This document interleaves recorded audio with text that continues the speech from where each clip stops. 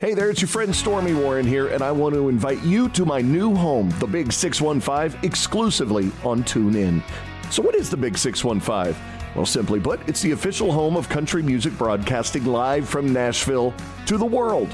Download the TuneIn app from the App Store. That's TuneIn. And by the way, yes, it's free. You can also ask your device to play the Big 615 on TuneIn. Get the latest on country music, from your favorite artists to the hottest songs climbing up the charts. Oh, and it's commercial free. That means a whole lot more music and a whole lot more country. Hear it all on the Stormy Warren Show, weekdays from 7 a.m. to 1 p.m. Central. Download the TuneIn app from the App Store. That's TuneIn. And by the way, yes, it's free. You can also ask your device to play the Big 615 on TuneIn.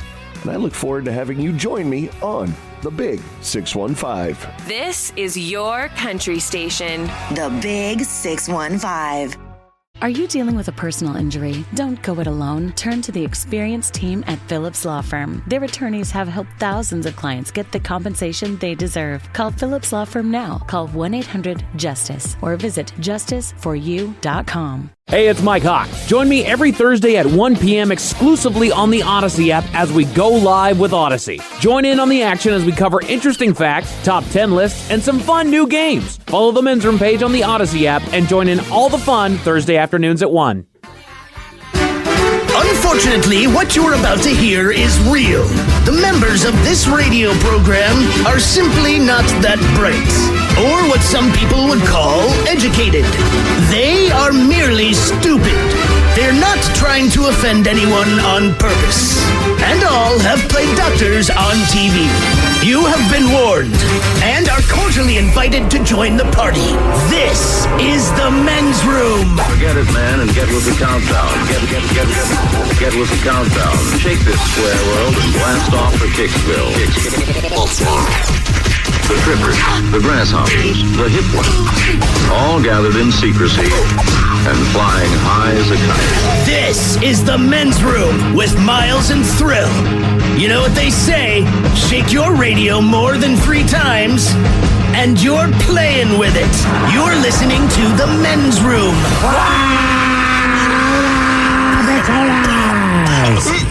And away we go. Welcome to Season 18, episode number 3,898.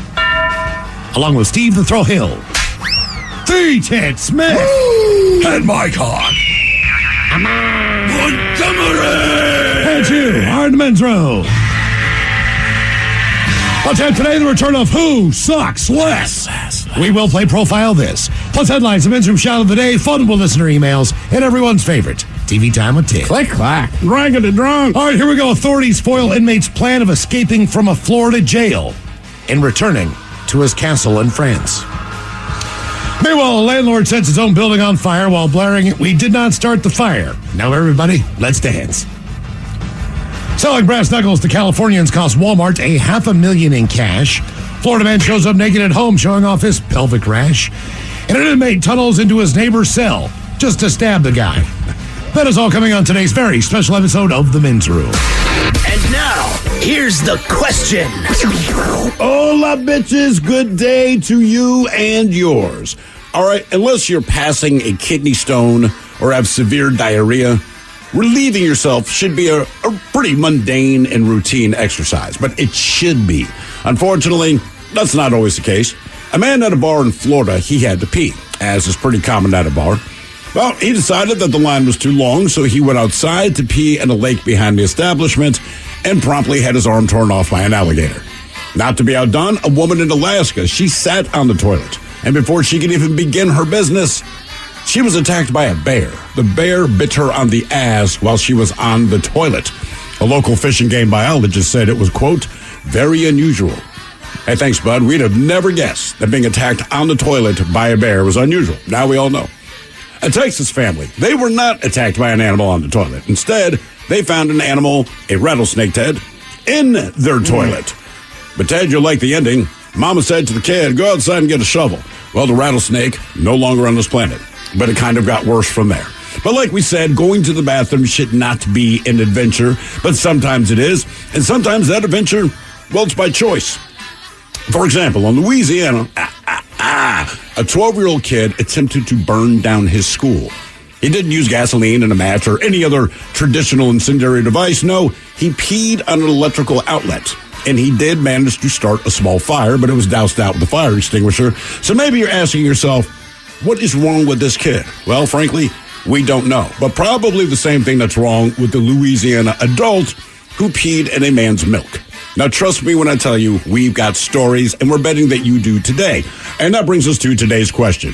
What was your most memorable bathroom experience? Big part of the Big Show. Call 206-803-ROCK. Like the Men's Room on Facebook, follow us on Twitter and Instagram at Men's Room Live, and send those emails to the Men's Room at KISW.com. Whether you're doing a dance to your favorite artist in the office parking lot, or being guided into Warrior One in the break room before your shift, whether you're running on your Peloton tread at your mom's house while she watches the baby, or counting your breaths on the subway. Inhaling and long exhale out. Peloton is for all of us, wherever we are, whenever we need it. Download the free Peloton app today. Peloton app available through free tier or paid subscription starting at $12.99 per month. Start summer with a $500 Visa gift card. NC Machinery is offering big rewards on small excavators. Grab a Cat Mini excavator and demolish jobs. Dig deep or move material with the smallest line of Cat products. Do more with less. That's right, small is big right now. Big rewards and big savings for your pocket. For a limited time, NC Machinery is offering a $500 Visa gift card, as well as financing of 0% for 36 months for qualified buyers. Now is the time to reward yourself. Terms and conditions apply while supplies last. Rolls on. You're listening to the Men's Room with Miles and Thrill. 99.9 KISW. Open show is the way we go. Welcome to season 18, episode number 3,898. What a large and in-charge program we have for you today. Guaranteed future repeat. Exciting return of Who Sucks Less. I don't know how you do it, Steve. You find people in the news doing bad things. You bring us three stories every single week. It's up to us to determine, out of the three, which one sucks the least. How are we looking this week on Who Sucks Less? It's annoying. Just annoying. That's all it is. The audacity of people, right? They're not the worst people in the world, but you just want to slap them. All right. Return of Who Sucks Less coming up. And as we do every Monday through Friday, more Men's Room with a Men's Room Happy Hour. Exclusively on the Odyssey app. If you don't have the Odyssey app, download it now. It's absolutely free. Search for the Men's Room page. There you will find the Men's Room Happy Hour channel. We have a bonus feature for you today. Now, normally, and we will do it tomorrow, we'll play a little Dirty Big Dummy. Mm-hmm. But we have a bonus round of Dirty Big Dummy on tap for you on today's Men's Room Happy Hour. The category, racehorses. Mm-hmm. We will cover the world of racehorsing. What do you name your racehorse? One of these is not the name of an actual racehorse. There is, oh boy, On Your Knees. Mm-hmm. Date More Minors. Is that the name of an actual horse? You would be surprised in the horse racing world, the names that are given to horses. What we figured out is if you think they're going to compete nationally, Triple Crown, you give them a less offensive name. If you just own a horse that you can put in a race, people name it damn near anything. It is amazing. I honestly cannot give you any... Magic Carpet Burns. Oh, no. Bunny Killer. Is that an actual horse? So, Dirty Big Dummy coming up. A little bonus edition of that on today's Men's Room Happy Hour. If you don't have the Odyssey app, by the way, download it now. It's absolutely free. Get on that Men's Room page and be sure to sign in because you have a chance to win tickets to, I believe, Avenged Sevenfold every hour that you listen, either to the show, the Happy Hour, any of the podcasts. And today on the question, your most memorable bathroom experience. This one is a doozy. For a guy who just lost part of his arm to an alligator, Jordan Rivera has a remarkably good attitude. The 23-year-old was at the Banditos Bar in Port Charlotte, Florida, early Sunday when he had to go to the bathroom. The lines for the bathroom were long. So Rivera tells the station he decided to heed the call of nature in a pond behind the drinking establishment. I either tripped or the ground below me kind of just went down, but either way, I ended up in the water, and that is literally the last thing that I remember. Well, a rep for the Charlotte County Fire and EMS told NBC the crew members responded to calls of an alligator attack around 1:40 a.m. in the morning, and that the responding crew treated a patient who had an above-the-elbow amputation of his right arm. The spokesperson says Rivera, whose arm had been put in a tourniquet applied by witnesses before first responders arrived, was in decent condition. A rep for the state's Fish and Wildlife Conservation Commission says trappers did find the 2.5-foot gator and they euthanized it. 2.5 foot? 10.5. Oh, 10. Okay. All right. Sorry. It's like, damn. When he woke up. Tiny little fellow. I know. I was like, damn it. That thing sharp is teeth. crazy. No, he's 10.5 feet long. When he woke up, a disoriented Rivera was in the hospital. I looked over and I saw my arm the way it was. And I was like, whoa. It kind of feels like my arm is just there, but not there. Although he says what happened to him is almost out of a movie, he's grateful to be alive and taking the partial loss of his limb in good stride. I did not lose my life. I lost an arm. They got my elbow, so I don't have an elbow, but it's not the end of the world. He is pretty chill about it, all things considered. Well, the actual video, which is available. Oh, there's a video. Of responders coming to his aid. Well, the first people who got there. He is, he's definitely in some type of shock. He's also still screaming. The reason that the patrons went out there is because they could hear his screams from the pond. Okay. So although he does not remember anything but falling, there was definitely a lot more to it, and he was very much conscious. At least, he wasn't conscious of what was going on, but he was still at that time conscious of what was going on. Sure, I got If that you. makes any sense. Yeah. He might have blacked out or whatever the deal was while it was happening, but he was still screaming. He was still fighting. He was still trying to swim back to shore and crawl his way out of the pond. Once the alligator ripped his arm off, he was able to get back to the shore. Yeah, because the alligator is now occupied. It's got something to eat. He's got a snack. Doesn't eat the rest of it. Look, if you met this guy 10 years from now and you did not know that story, you sat down next to him in a bar, and you got around, what happened to your arm? Even if he told you the truth, I wouldn't believe him. Like, I would laugh when he first tells the story. He'd say, hey, man, I was taking a leak behind a bar. Alligator ripped my arm off. There's no chance I'd believe it. I'd laugh because I'd think you're cracking a joke. I think I would believe him when he told me where he was. I think when he got to that point. But if he started with, I was taking a leak outside, alligator ripped my arm off, I'd laugh, I'd chuckle, like, no, seriously, man, what happened? I would not believe you. Now we head to Pennsylvania. Have you ever had a bad day, been sick of people? Sure, yeah, we all have. In Pennsylvania? Sure. Yeah. Have you ever had one of those bad days and maybe just decided to pee all over someone else's stuff? In Pennsylvania? Sure. That's what separates most of us from Roger Young, the owner of Young's Pest Control. The 67-year-old Pennsylvania man was caught on camera taking his bad day outs on the living room of one of his customers. The video shows Young, who allegedly admitted to the incident, chasing a cat around his customer's apartment before deciding to urinate all over the living room floor. He is seen peeing on the floor, the couch, and a kid's toy box before noticing the camera on the wall. Young had been hired to spray pesticides in the apartment. The manager of Hayden Village Apartments told police at Young's Pest Control they've been using their services for all their pest control needs. There haven't been any other reports of Young dispersing his own special pesticide in any of the other apartments. He has denied doing that, claiming this was the only time that he covered a customer's living room in pee.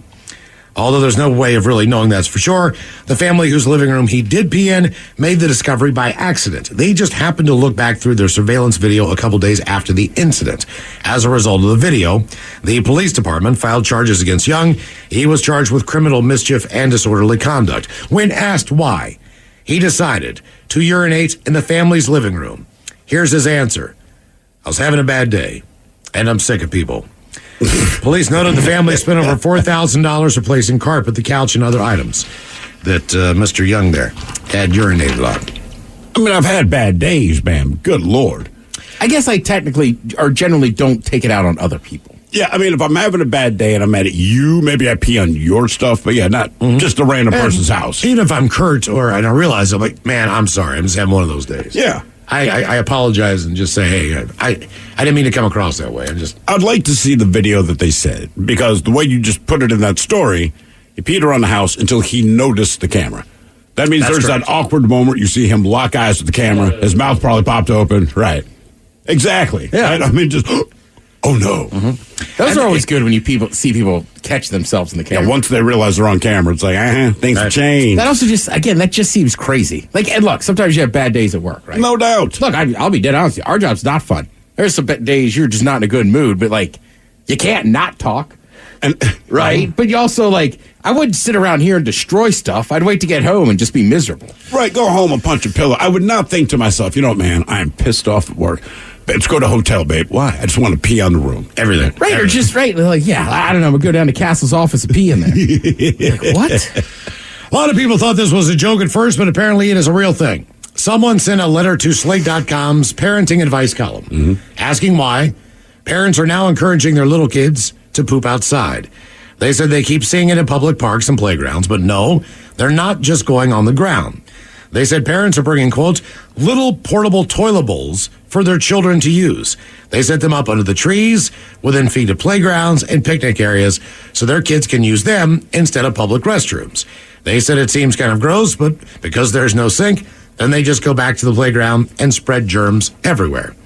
So is this something that's actually common these days? According to Slate.com, yes. He actually shamed the person for complaining. He claims it's always been a thing. He thinks it might just be more common now because more parents are doing it because of the COVID pandemic and public bathrooms were a lot of the times closed.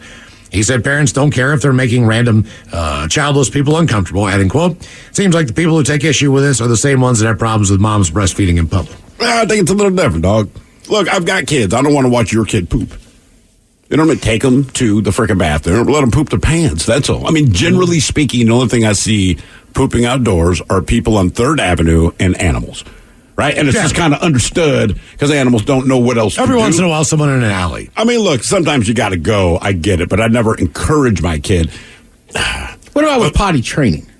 Potty training? You still want your kid to tell you have to go to the bathroom. I mean, I understand in theory you don't want them to do it in their pants. I do get that. But still, part of the whole thing, part of the whole, hey, we live in a society is right. Now that you know you got to poop, now you got to find a bathroom. And if you can't find a bathroom, most of us, look, I pooped outdoors, right? It's not that, but not next to a playground, not next to your local Wendy's. I mean, like, you find a secluded place and then you drop trowel. So even if you teach your kid that, just like, hey, man, most people don't want to watch you do this. No. So if you do have to go and there's nowhere to go, find a secluded place. I mean, my God, my kid, when he was like 3, at this point, my parents lived on Whidbey Island, I think it was, Bainbridge Island. And we're outside, and they had pretty big property surrounded by trees. All right.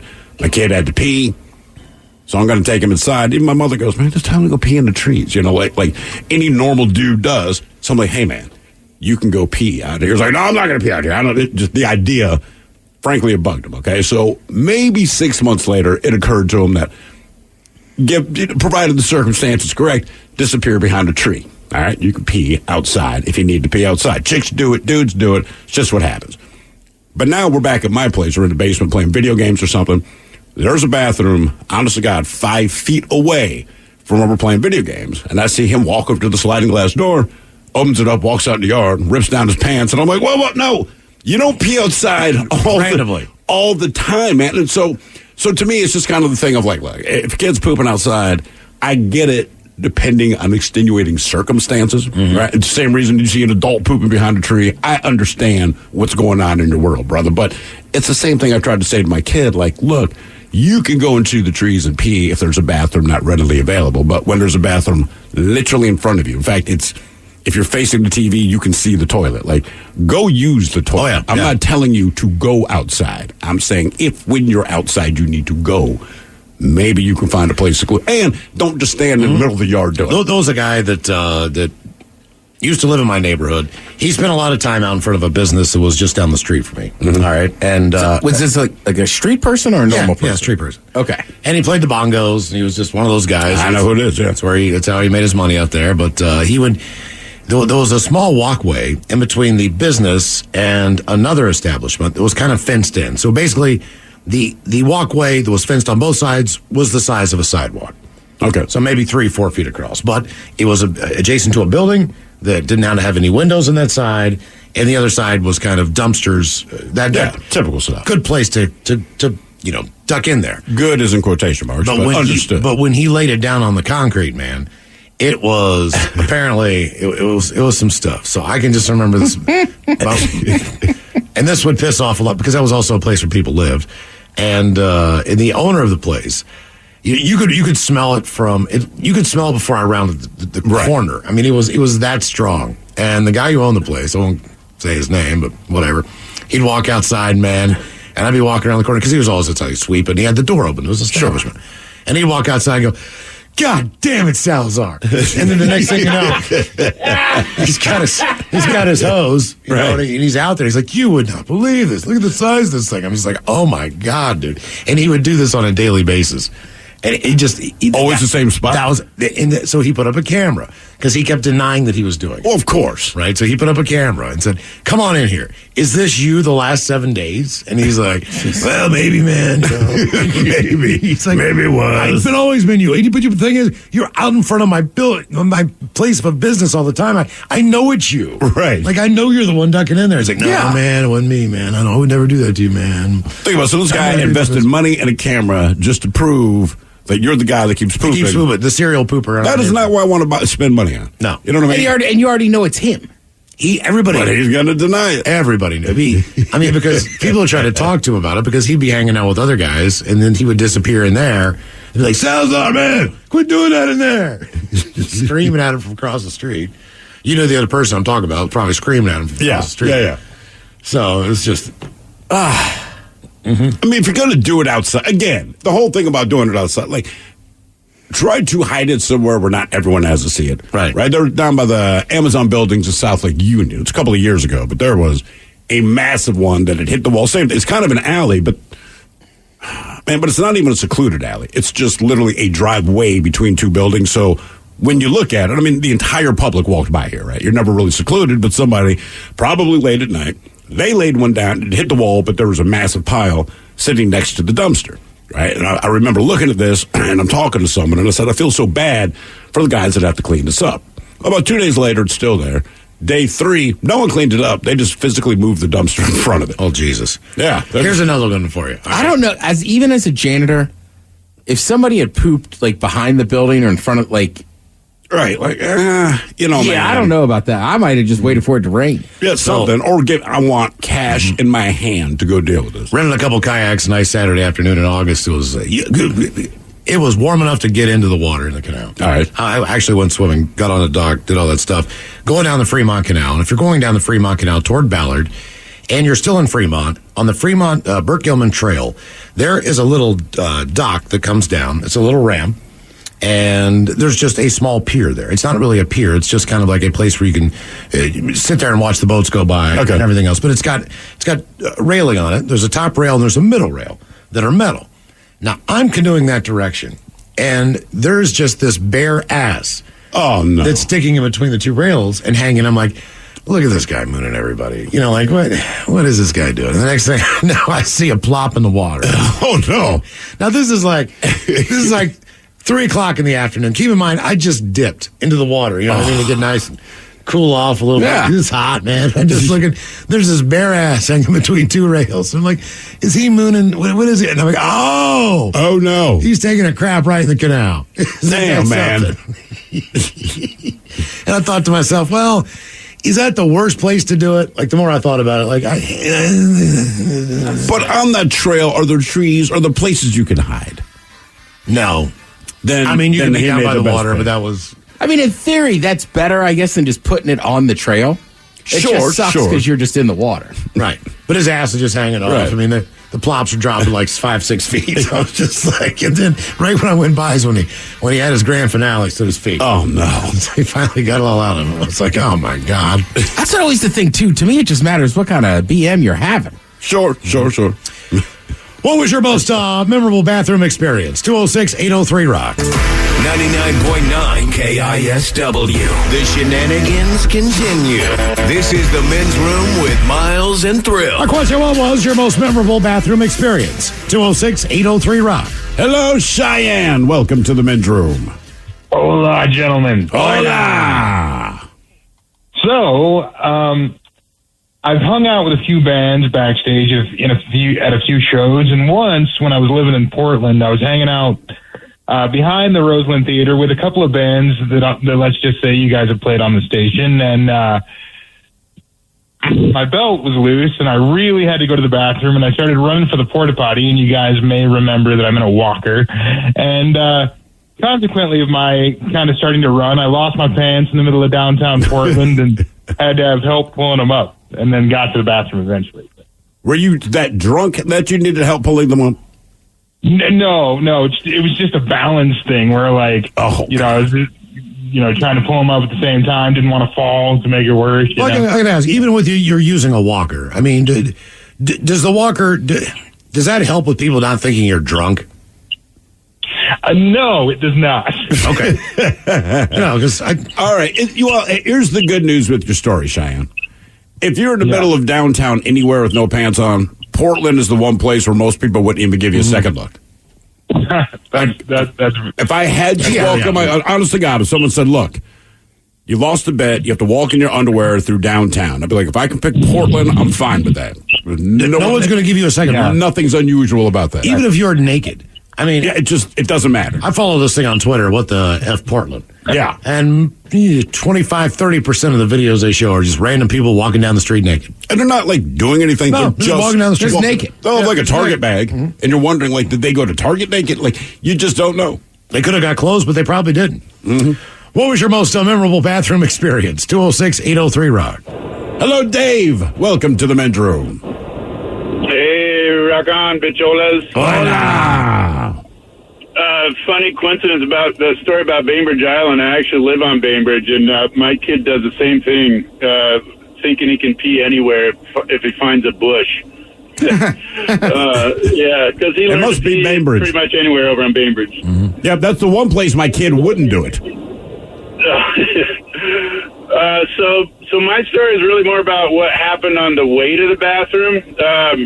This was Mother's Day weekend. Remember, weather was really nice, so I took my my lady out for a little booze cruise, and we're coming back into the marina, and I had to take a crap, and it's getting pretty severe. So I'm like, I'll be good because there's a bathroom at the marina.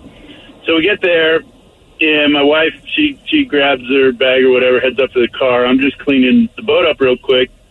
I bent over to pick something up, and I guess the pressure on my bowels produced an unwanted, I feel, a little ball down there. So I'm like, oh Jesus! So I go up to the bathroom and sit down on the toilet, and there's about a 2 or 3 tablespoon size a ball of turd right there in the middle of my shorts. It had already kind of looked like someone spread chocolate pudding in my shorts. Oh, come on. And that's the thing. A little dab will do you if it happens in your pants, right? Yeah, and I don't know why it didn't totally dissipate, but there's still that little ball. So I grabbed some toilet paper, grabbed it, and threw that in the toilet, and did the best to clean my shorts off. But it smelled bad, like it's an adult, poop. So for sure. I grabbed a bunch of paper towels. We got back to the car, and I'm laying the paper towels down on the driver's seat. My wife isn't even paying attention to what's going on. She's still not. I think she's on her phone or something. And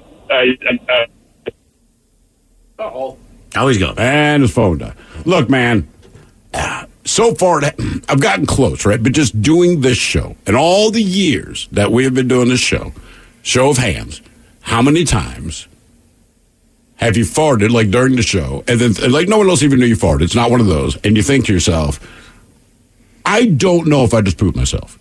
Maybe a handful. Yeah, I'm saying probably at least 3 times that I can remember. Just doing the show, right? Like, you just fart right now, and you don't want to say anything. You just keep talking, but you shift your weight in the chair a little bit, and all you can think is, did I just poop myself? But your bowels are a lot more active than ours. I mean, you fart on average 15 times a show, 20 times a show. Sure. That's a lot of pushing. Like, I don't sit in the chair. But there's no push. I mean, they're going to happen. So, look, it's not a jailbreak. We have I'm more. opening the door, yeah. I think the conversation we have more is sometimes I'll be like, I wasn't sure, so I just sat down to pee.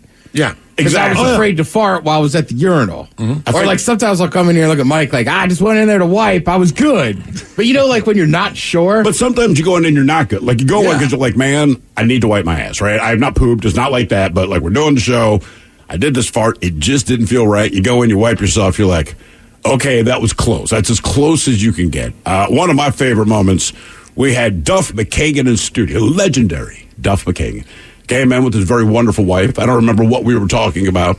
And Ted was noticeably quieter, During the interview, we had no idea. It was just, whatever. You didn't give it a lot of thought. Just, it's Duff. Duff's cool with us. We're cool with him. So you get chattier when you're familiar with people. And Ted was just quieter than usual. No big deal. Whatever. We finish the interview. We take a picture.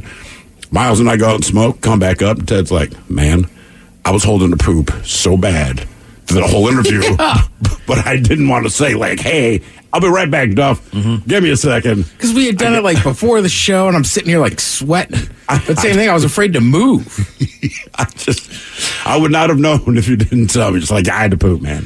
What was your most memorable bathroom experience? 206-803-ROCK. But I love Duff. He's such a nice guy. That's what I mean. But during that whole interview, it's like anything else. When you got to go, you got to go. And I'm like, when is this going to be over? Like you didn't say anything. It's like, that's weird. Hello, Brandon. Welcome to the men's room. Boo, bitches. Boo.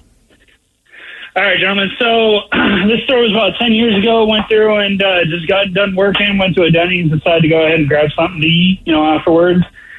And, it's about 10 o'clock at night, Friday night. So everybody's there, hanging out. I go to, go take a piss. And next thing I know, washing my hands and doing all that fun stuff. And next thing I know, I look over and see a note on the paper towel dispenser that says, there's a pair of shorts on top of here. There's a guy in the stall. He lost a bet. He has to go out of the restaurant in a diaper and like a little tiny T-shirt because he lost the bet. And so I was like, oh, man, there's no way. So I look on top. There is for sure a pair of shorts. And about 2 seconds later, here, hey, can you hand me my shorts? I'm like, no freaking way. He is actually in there. So we go to I go back to my table. I tell everybody about it. And one of our buddies goes, I think he's getting ready to come out. I just heard him open the bathroom stall. So we go out there and we're like, oh, man, we're waiting for this. And next thing I know, he comes out, barely pops the door open and goes, is anybody there? And starts dipping the moment he sees all of us. And sure enough, he was in a diaper and a super tiny T-shirt. Almost looked like he had a binky on, too. I was like, all right, that's something I'll never forget. Yeah, I guess not, man. Yeah, I would never take that bet. Right. And the chance that I lose this bet, I'm not Probably taking not that bet. Good. No. I like that, though. That's awesome, man. Hey, man, can you hand me my shorts? I'm not touching your underwear. No chance. What was your most memorable bathroom experience? 206-803-ROCK. It's reading this from the text line. It says, I was fixing a toilet on a ship with a laptop. I don't know how it works, but that's the deal. It says, I reverse flushed the wrong toilet. There was someone on that toilet. I reverse flushed so hard it put poop circles on the ceiling. Oh, now wow. Think about the dude sitting on, I don't care what you're doing on the toilet. You do not expect it to reverse flush. No. Right? And basically to give you an enema while you're sitting on the toilet. That had to be, and so when you do that, do you approach the guy that you reverse flushed it on and say, hey man, my bad, I was fixing the toilets, I hit the wrong one, or do you just stay anonymous? I don't think you let anybody know that you were doing anything. I'm staying anonymous. Yeah, I wouldn't say a word. And then I'd there's be this, pissed. This is why no good deed goes unpunished. It says my sister found $800 in cash in a Burger King bathroom. Turns out someone was wearing bib overalls, not the best place to store your vacation money. Well, she returned it and got $1 as a reward. $1. You found $800. You could have not said anything. You did the right thing, and you got what? That makes it worse to me. What was your most memorable bathroom experience? 206-803-ROCK. Here's $1. I'd feel better if you gave me nothing. So. Yeah, exactly. Hello, Patrick. Welcome to the men's room. Salutations, canines of the female persuasion. Hola. How's it going, boys? Doing great. So this story is from probably my first or second year in the Navy. I was standing watch in the middle of the night, and I was on the top of a floating dry dock. So our submarine's in the middle, and I'm roving around it, keeping watch for the terrorists or whatever we do. Anyway, we're in a tropical place. I won't name it, but routinely we would look over the side to look for small boats or swimmers or whatever and see tiger sharks. And they're just there hunting because the lights are there and the fish are there, and that's a good spot for them. How big do tiger sharks get? Are they get like 10 feet, somewhere around there? Yeah. They're big. Okay. Tiger sharks get very big. Okay, all right. Right. So middle of the night, it's probably 2 or 3 in the morning, and you know those movements that just kind of hit you in the gut and you cramp and you can't walk. Yep. And you know you're not going to make it. So my only option is to take off my pistol, set it down, take off my rifle, set it down, all of which are very big no-nos, and then drop trow, hang my butt off the side of the dry dock, and let her rip, Tater Chip. And what is the shark's response? I wasn't looking down, mostly for fear of heights, not so much for the fear of sharks. Okay, all right. How high were you up? Probably about 35, 40 feet. I don't think I can hang my ass over a 40-foot cliff. Man, even with that kind of gut hit. It was that bad. Oh, my. No, you're not supposed to take off your pistol or your rifle. But given the situation, would they have... Look, I had to poop. I pooped. Would they say keep your rifle and pistol on anyway? There probably would have been a severe ass chewing, but no real disciplinary action because of the nature of the emergency. Okay, that's what I was wondering. Like, look, guys, I can leave it on. It's not that, but I had to poop. It just seems like, for safety reasons, I wonder. Last thing I want to do is shoot myself while I'm pooping. It also makes a difference when it's hot, humid, you're sweaty. It does. And I don't know why, but it's just such a much worse situation when you're using the bathroom. And it's hard to get going. You think so? I do.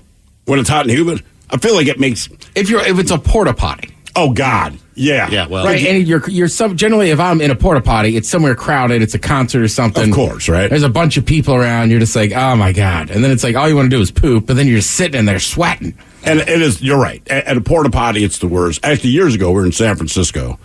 Where were we, man? We were trying to... I can't remember what we were trying to find, but there was like 4 of us. And there was... Do we have to get the combination to unlock the porta potty? There was basically everyone had to go to the bathroom. I don't know if everyone had to poop, but we had to pee, whatever. And there's no easy place to disappear to pee in downtown San Fran, right? I mean, there's houses up there, all this. But there's something under construction. There's a porta potty. Didn't we approach the construction worker or something? We got in there. We got in there, yeah. I think we had to get the code. I was going to say, most of them have a lock on them. Mm-hmm. Yeah, well, that's what it was. There was a lock, but I want to say we found the guy that's working construction. He's had keys on top. Oh, that's right. Yeah. Keys on top. And we're just like, look, brother, please, because there's 4 of us. And like, man, look, I'll pee outdoors anywhere, but there's no place to do it where you're not just in public view. And yeah, so he was, but he still had that wary eye on us. Mm-hmm. Like, dude, what do you think we're doing? We're not shooting up. We really got to go. No, but even at that, it's just tough. If you don't know somebody and they just want to poop in your house. Well, not in your house. But for those guys, that's their job site. They're used to their rear ends on the bottom of it. I know. Their smells. So even though it's just 4 random dudes who obviously aren't homeless, I'd still be like, all right, go ahead. I mean, yeah, I think the desperation in our faces, like, brother, seriously, please, man, please let us use that. What was your most memorable bathroom experience? 206-803-ROCK. I still think about the time where I turned around to look and see what I've done, and my glasses just fell right in there. Man, I still think about the look of that guy's face in Brick, New Jersey when he let me blow up his bathroom. I've never pooped in a stranger's house. I pooped in a stranger's house, but not with that being the only activity there. You know what I mean? Like, there are people where this is the first time I'm meeting them. I've pooped in their house, and then the party goes on, but not just, can I please use your bathroom? Well, I mean, I knocked on the door to sell something. I know. And then said, man, can you let me in? Look, I've been telling that story, right? I was 19. Right, I'm 42 now, so it's 21 years ago? Somewhere, 23. 23, yeah. I'm terrible at math. I tell the story and it's funny on the air. I bet that guy his family probably still tells that story in horror. Never answer the door again. They're still angry about it. And this son of a bitch walks into my house. And Brick's a tough town. Yeah, man. Yeah. Were you aware of the courtesy flush at this point? I don't know, because I was 19. It was that job where I was dropping a deuce with a bunch of other door-to-door sales guy, and somebody said, Jesus, man, courtesy flush. And I went, what is that? And he's like, flush as soon as you poop. Right. Mm-hmm. So, Miles, that's a good question. I don't know. Right, where the timeline This was probably the same trip, because we were up in that New York, New Jersey office. I don't know. I mean, trust me, it was bad. I ran out of there scared. And the thing is, though, it's hard to courtesy flush in a typical residence because the toilet takes so long to refill. Mm-hmm. But they're there, so they know, everyone knows you're not coming out yet. You're still in, right, and somehow it just adds to the embarrassment. How many times is he going to flush the toilet? Public bathroom, no problem, right? You flush the toilet, it goes shoop, shoop, it's done. All right, and you can do it again, but any residential neighborhood, man, you flush the toilet, and it's like this 3-minute waiting for the bowl to fill up. You're still in their bathroom. You know they know you're in the bathroom. And once you do the double flusher, now everyone knows what you did. Yeah, and it depends on the friends. Certain friends, if it's Miles' place, like, bro, you don't want to go in there, right? No problem. I'm not embarrassed by this, but if I'm being introduced, I don't know, Miles' mother's house, we're in West Virginia, like, I'm going to be in there for 10 minutes because I'm going to wait for it to refill. I can't just walk out, look at his mom, and say, "Woo!" Right? If I'm at my I dropped the heater there. If I'm at my cousin Tom's, right? He's got kids, his wife Emily. I've spent the night there. I'll be like, all right, I got to take care of some business. Right. Now, if I was at Emily's family's house, I'd be like, It's God, let's just get this down to one flush. I always love the question you get where, it's someone you don't know well, or maybe you do know them well, but it's kind of the first time they're at your place, and there's multiple people in your establishment, and it's such the telltale question. Hey, man, do you have another bathroom? Because there's always the bathroom everyone knows uses that they can use, right? No problem. But once talking about the farthest one away from the current area. Had a different bathroom. I'm like, oh, man. And then you don't even want to tell them, like, how bad is it? My brother's got a basement bathroom. I go down there and use it all the time. Really? That's the one? Yeah, I just don't, because, again, there's a bathroom in the entryway to the home. That's the one that people use on the main floor. That's not good. I don't feel like I should do that where people are just randomly going in there to wash their hands. Right, before dinner. And see, the thing about your place, man, and again, because I know you, it doesn't bug me, but if I'm a stranger in your house, because your toilet is right next to the kitchen, you know what I mean? Like, man, you're in there cooking. People want to eat. You have the little bar set up, or maybe they're sitting there, and it's like, man, the bathroom's right there. One, the sound. Yeah. Like, I can't go in there. I'll tell you I got to use the one upstairs, man. The new exhaust fans I got put in there are so powerful that when I'm sitting on the toilet with the fan on, I can look underneath the door to the bathroom and watch the dust roll into the bathroom. Really? It's trying to be sucked into the air. And see, the key is... So the damn thing works. It's humming. I turn on the exhaust fan every time, whether you're peeing or pooping. That way no one's quite sure what you're doing. I do the same thing, dude. Because every I'm like, time. if you only turn on the fan, then everyone knows what you're doing.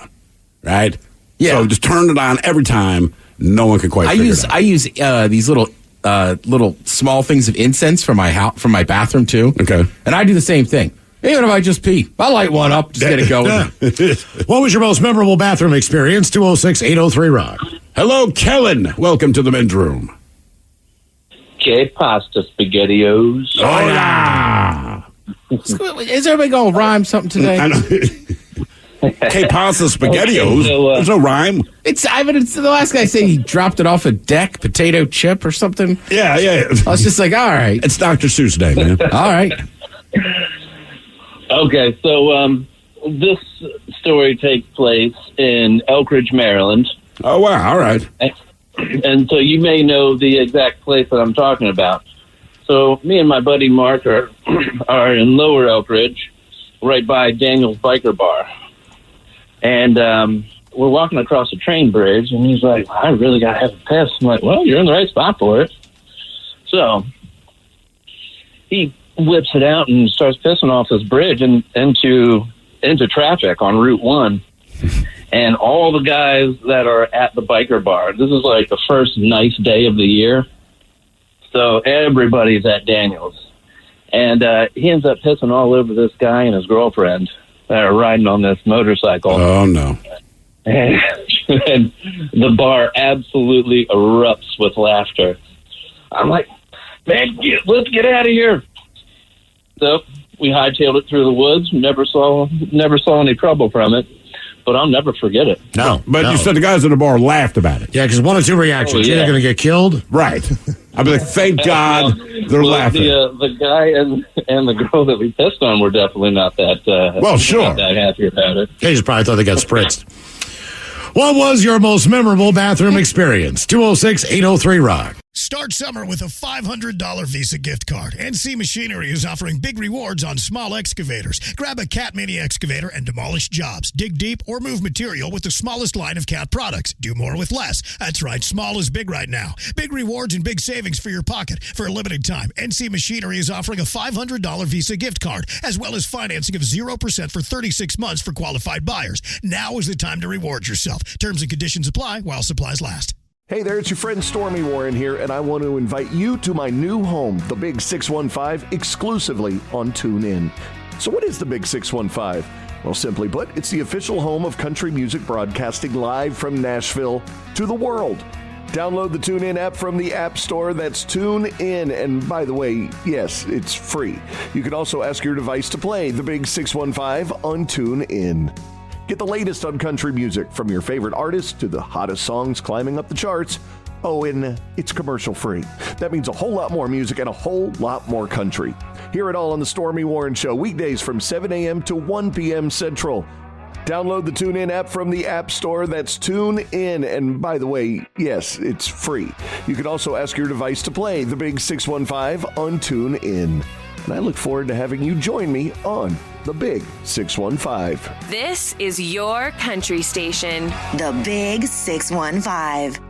Are you dealing with a personal injury? Don't go it alone. Turn to the experienced team at Phillips Law Firm. Their attorneys have helped thousands of clients get the compensation they deserve. Call Phillips Law Firm now. Call 1-800-JUSTICE or visit justiceforyou.com. What's up? It's your boy, The Ted Smith. Thanks for listening to the Men's Room Daily Podcast. Want more? Check out the greatest podcast in all the land, The Podcast. Be sure to subscribe and listen to a brand new episode every Tuesday night. 99.9 KISW. We return to the men's room with Miles and Thrill. Shannon Stevens suffered a puncture wound while using an out-the-house toilet at Chilcats Lake. After hearing her scream, Miss Stevens' brother went to see what had caused the injury, only to find a bear's head in the hole of the toilet. So does that mean the bear was kind of underground? Correct. At the outhouse? Think about one of those outdoor outhouses where things just fall into a hole. Typically, they cover that in lime or whatever. And that's where the bear was. He's down in there doing his stuff. She sits down. So she sat above the bear. Wound was either caused by a bite or a swipe from the animal's claw.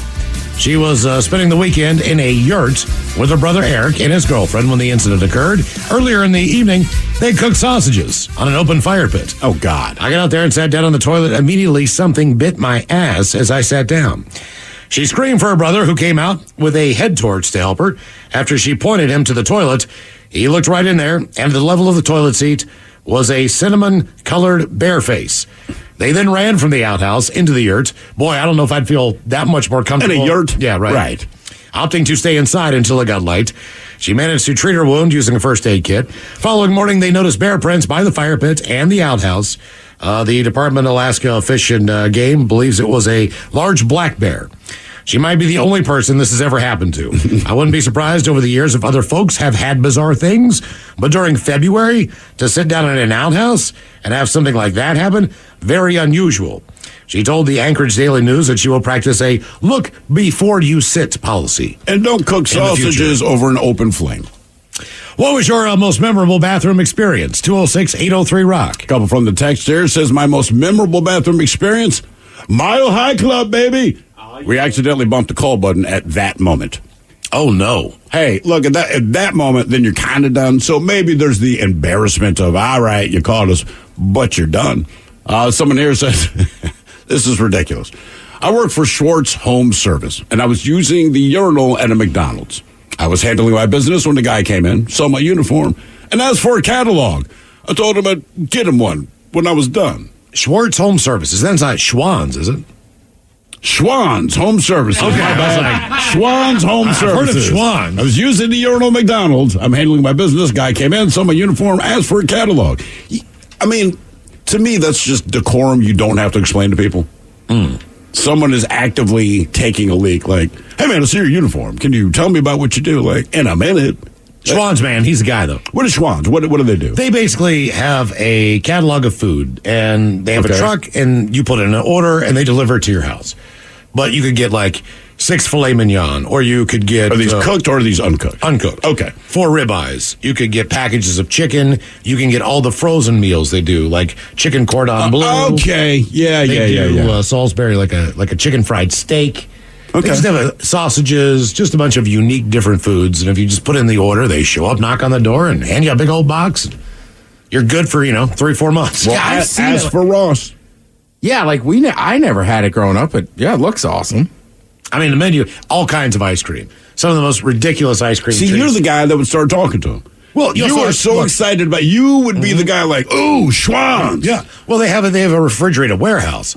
So the truck is not full of all the things they have. Right. And you can't walk up there and go, give me 6 T-bones. You have to order it, but then they bring it and they deliver it all. And pack up the truck like FedEx and just bring you your food. Okay. He's right, though. You would ask him. You would be that guy. Oh, but the thing is, I believe it's all delivery to order. No, in the bathroom. Yeah, you'd have been the guy so you work for Schwann's. Because I'm never going to see him again. Or you would tell him how much you like Schwann's. Oh, dude, you guys delivered me 6 ribeyes, man. They're chicken fried steak. Does your name tag say Ross? Hey, Ross, listen, man, let me tell you about this. That would be you Their to a chicken T. fried steak is unbelievable. And you'd be telling Ross this as he's just I just want to pee, man. I used to order by the box. So great. Look, I would tell you this, and I believe this wholeheartedly. If you do not have to wear your work uniform, don't. Because you're going to be somewhere like a bathroom. If someone has an opinion or a question about where you work, then you have that awkward conversation, right? But it could work in your favor. The same guy, like Miles is so excited that he'll bug you in the bathroom. Bad. But I'm also willing to bet Miles will be so excited he'd buy the guy a shot. I mean, look, the guy's going to get a shot out of the deal if you could go through the discomfort of having a conversation while you're just trying to pee. Pizza, snacks and appetizers, seafood, air fryer foods, meats, ice cream treats, full meals, bacon, you name it. You get a prepared meatloaf and just cook it. I mean, it's not cooked, but... But see, Miles would be the guy. Now, standing behind him, opened his phone like, oh, you guys got all this?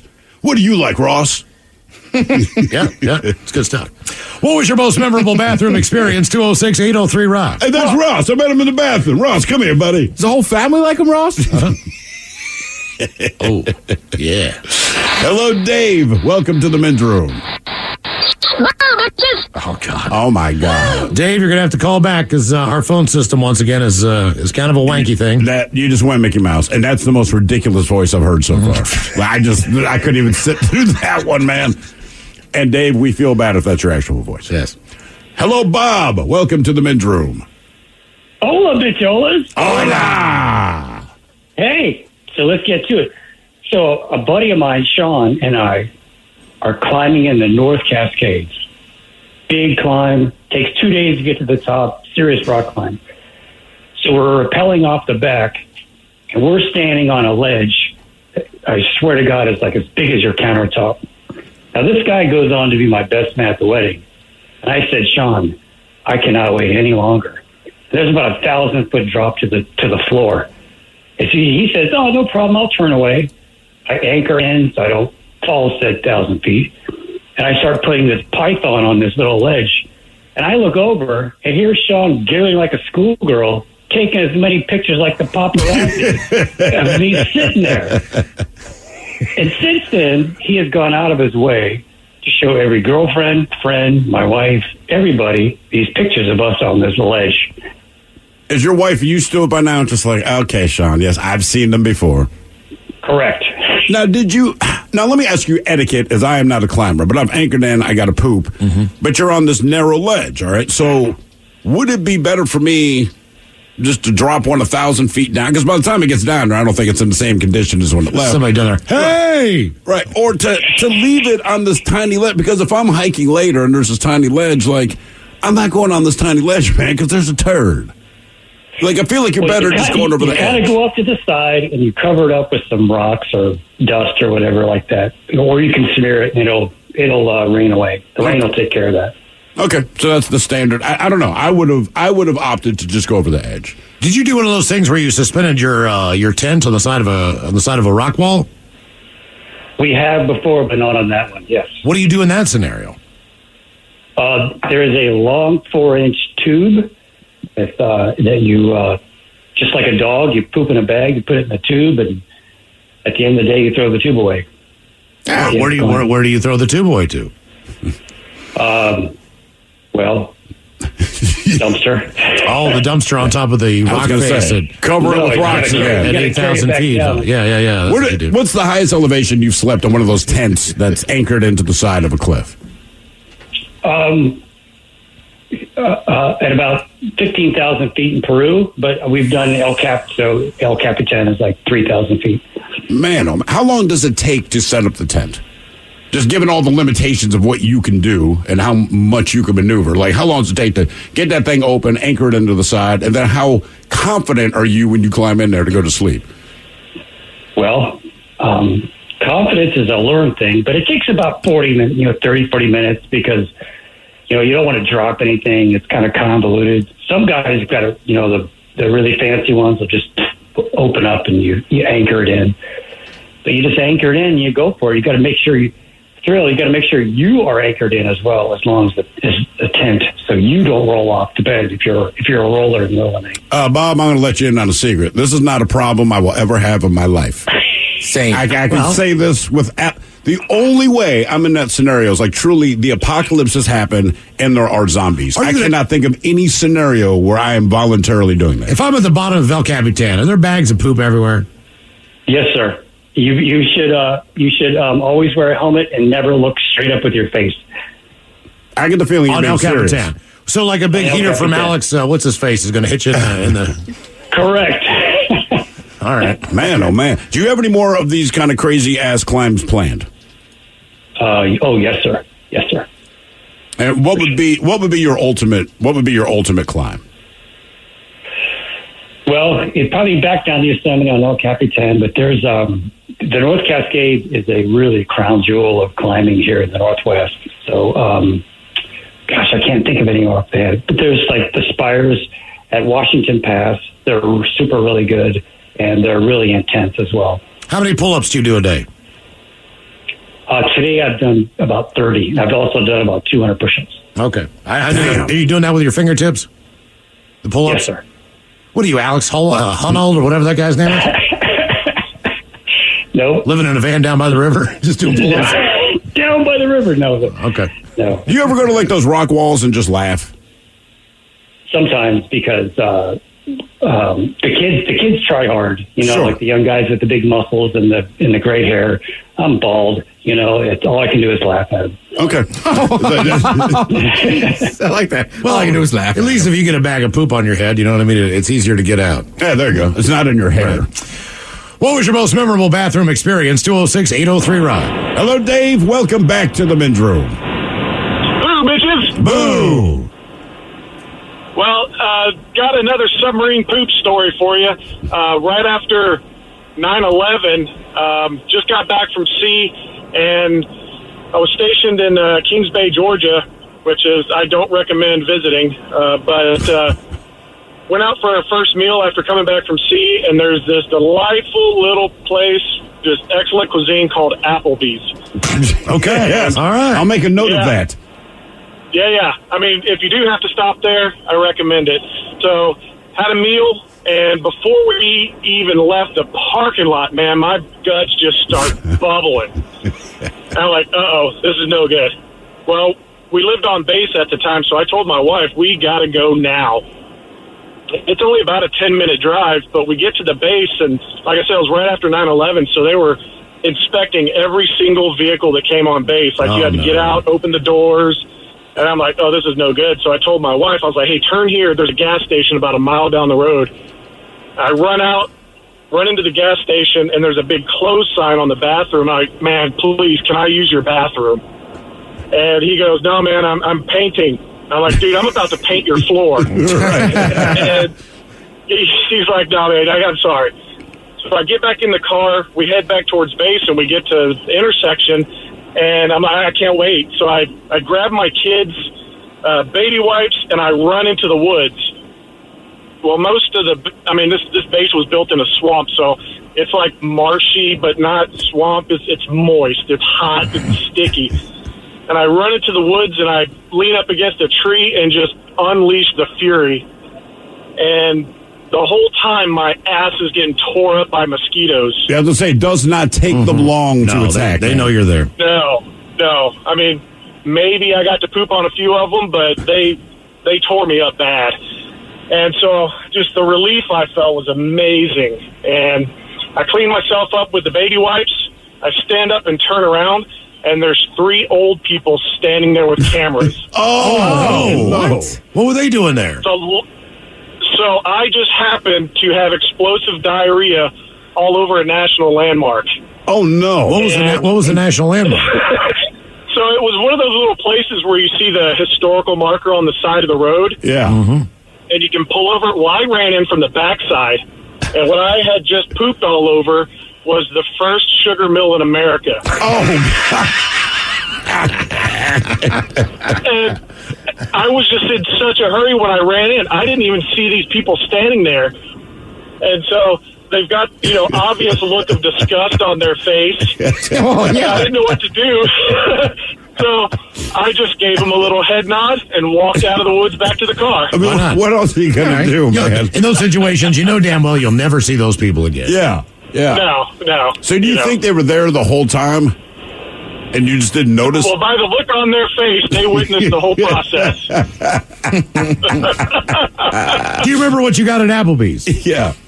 Oh, just the best perfectly cooked chicken fingers that South Georgia could give you. All right. When's the last time you've been to an Applebee's? That was probably the last time. Okay. Yeah. When's the last time you've been back to Georgia? So what you said it was the... I left there in like 2002, I think. Yeah, I mean, 2000, something like that. That's the thing about Georgia being understand. Like, Atlanta is awesome. Right. The rest of it is Georgia. Well, Savannah's not bad. Okay, you know what? You're right. Down on the beach is nice. I've known a lot of people that drive through Georgia and stuff, and they're just like, this place, it's the worst state. It is. Georgia's Georgia. It's hot. It's also hot. It's hot. It's muggy. Yeah. And most of it is landlocked. I mean, Savannah is not. There's a little tiny piece of Georgia that's not. But everything else is just, he's right. It's hot. It's swampy. Everywhere. There's mosquitoes. It gets so humid there that a thunderstorm rolls in every night. And you'd think that would cool things down, but it makes it muggy. It makes it hotter. It makes the mosquitoes bigger somehow in that moment. It's unbelievable. And, there's old people with cameras everywhere you want to poop. You sweat, though. Everywhere. That's one thing. You sweat. Everyone's always sweaty, though. I do remember the last time I was in that area, it was at least a 3-shirt day. Oh, sure. Yeah. From the time that I played golf, and then that was 2 shirts, and then dinner was another shirt, and probably, put on a T-shirt at night. But I mean, it just seemed like I was going through clothes, and all of them were just sweat-soaked. And your clothes end up weighing like 5 pounds more by the end of the day. I mean, at that point, you might as well be in KISS. You know what I mean? Like, right. You put on shirts and a T-shirt, or shorts and a T-shirt, and by the time you're done with your day, your clothes weigh 30 pounds. It's almost like you got a hot fan blowing on you. But a hot, wet fan. I think Castle put it best. He said when you step outside in places like that, it's like someone has a really hot bathrobe that's wet, and they just wrap it around your entire body, and you can't take it off, and it never cools down. Ever. So here's a bad one from the text line regarding today's question. I will clean this up to the best I can. My toddler opens an apparently unlocked door to the bathroom. They open it just as my husband essentially is finishing masturbating. I jumped back, and my husband had already started the process of proving that he finished, but he could not stop it, which you can't. I mean, once you fire that gun, that bullet's going, man. Basically, he sprayed his stuff all over the bathroom like a garden hose out of control. That's awful for everyone involved, man. That is, I mean, that's... You gotta lock that door. If you're doing that, definitely. Well, you gotta see if you can find some time that you can get together with your wife. Well, that's why he's trying to sneak out and do it. Man, they got a toddler, so you don't. Right. I mean, and he still just wants. Sometimes it's fun to just get one. Yeah. In. Sometimes like, no, I don't need you, man. Like I can go handle this. I just need 3 minutes. I mean, who's the best hitter in baseball right now? Ohtani? Maybe. Probably. Yeah, probably. Yeah. Well, he still goes to the cage by himself. You're right. Sometimes it's just fun. I don't think he has to worry kill about time. You know that what I guy mean? doesn't have to worry about that. Do something. I guarantee you, he still goes to the cage. Sure. I know that. I'm saying at home. I'm saying no way. That guy? Man, yes. Sure. Yes. Everybody does it. You're telling me when you were married, you just stopped and never did it? But he's one of the most popular people in Japan. You don't think Ron Jeremy still gets after it? Not currently. He's in jail. I mean, well, okay. No, fair. Bad example out of Mike. But what Mike's point is that I don't care who you are. If you're a guy, right? Like, you might not do it for a couple months in a new relationship. Like, I don't know. Sometimes you're just like, I just want to get this done real It quick. still feels good. Look, Jeff Bezos still wants to make money. Yeah. I need a dime. He still wants Jeff money. Bezos masturbates? Yes, all the time. Yeah, in space. Looking at himself. No way. He has. No way. He doesn't need to. He bought those lips. I bet money he has. I don't care who you are. Yeah, it's you like masturbate. it's like that old adage. It doesn't matter how good looking she is. Somewhere's tired of her ass. Look at Halle Berry. What was your most memorable bathroom experience? 206-803-ROCK. Whether you're doing a dance to your favorite artist in the office parking lot, or being guided into Warrior One in the break room before your shift. Whether you're running on your Peloton tread at your mom's house while she watches the baby. Or counting your breaths on the subway. Inhaling and long exhale out. Peloton is for all of us, wherever we are, whenever we need it. Download the free Peloton app today. Peloton app available through free tier or paid subscription starting at $12.99 per month. Inside School of Washington is open to all Washington State residents grades K through 12. We have a personalized approach to education. Whether it's college credits with dual enrollment, career readiness, or credit recovery, we will accommodate your family's needs. The 23-24 school year enrollment is open now. Go to k12.com/ISWA. That's k12.com/ISWA to find out more. We've been around for over 12 years, doing online schooling successfully. No tuition fee and a high success rate. The support you and your student need. k12.com/ISWA. 99.9 KISW. The men's room returns with Miles and Thrill. Our question, what was your most memorable bathroom experience? 206-803-ROCK. Hello, Eddie. Welcome to the men's room. Hola, gentlemen. Hola. So what's your most memorable bathroom experience? There's been a couple, but the most memorable, I'm in the HVAC industry. I've been doing this for quite a while now. About 17 years ago when I was an installer, we were doing this job in a garage and also in the attic for a customer. Customer left the house and locked up the house behind her. That morning I had a couple of chili dogs, soda for breakfast, and I think I had like a burrito for lunch. So stomach wasn't doing too well, and there was no time to go do grocery store or anything like that to do my duty. So my installer helper was working in the back of the truck at the time, and I was working in the attic, so I popped down, I grabbed a box, and I had to get her done in the attic. How difficult was that just to pull off? Or were you just at the point where it didn't matter, you couldn't hold it? It didn't matter at that point. I grabbed the box, I got up there, I got back as far as I can go into whatever corner, and got it done. And then what do you do with the box? That box is probably sitting under the insulation still in that house. Oh, no. Oh, wow. Surprise, surprise, surprise. Wait the next time she gets that house insulated. Like, ma'am, we found the box. Attics do not have the best ventilation. That's one thing we know. You can vent them. And they're hot. Yeah, there you go. Yeah, oh, man. That is a bad situation. Mm-hmm. I remember years ago, ex-girlfriend, she's in the shower. And looking back, I should have just gone into the bathroom and done what I had to do. But one of those, like he was saying, like, I got to go now kind of things. You're cramped up. But she's in the shower. It's the morning. And I'm like, man, just the humiliation of knowing she's right on the other side. It was glass sliders back then. And just pooping in there. And I mean, like, this was a poop that I had to go kind of thing. So I'm just like, God damn it. So the laundry room, if you left my apartment, the laundry room is just like one door over. Go in the laundry room, nobody's in there. There's one of those metal trash cans. It has the trash liner in it. And I pooped in that. But I did not bring toilet paper. So I'm just like, oh no. But somebody left their bounce dryer sheets. They are terrible toilet paper. Yeah. Because they are poor. I did not give that any thought. So basically I just ended up wiping my ass with my fingertips. Mm-hmm. But I did take the bag out of the trash can. And the only thing in this bag was a pile of liquidy poop and like dryer lint. And there was a clear bag so you couldn't not see it. And I just remember it almost made me hurl just looking at it. Tied it up, ran outside of the apartment building to the dumpsters that are like basically a block away, and just slung this thing in there, came back, didn't tell her. No. She was just like, what? I heard the door opening, closing. I was like, I was thinking about doing laundry. I decided not to. What was your most memorable bathroom experience? 206-803-ROCK. Hello, Sam. Welcome to the men's room. Hola, bitches. Hola. Hey, long-time listener, first-time caller. Welcome to the show. I'm glad bowel movements can get you to chime in.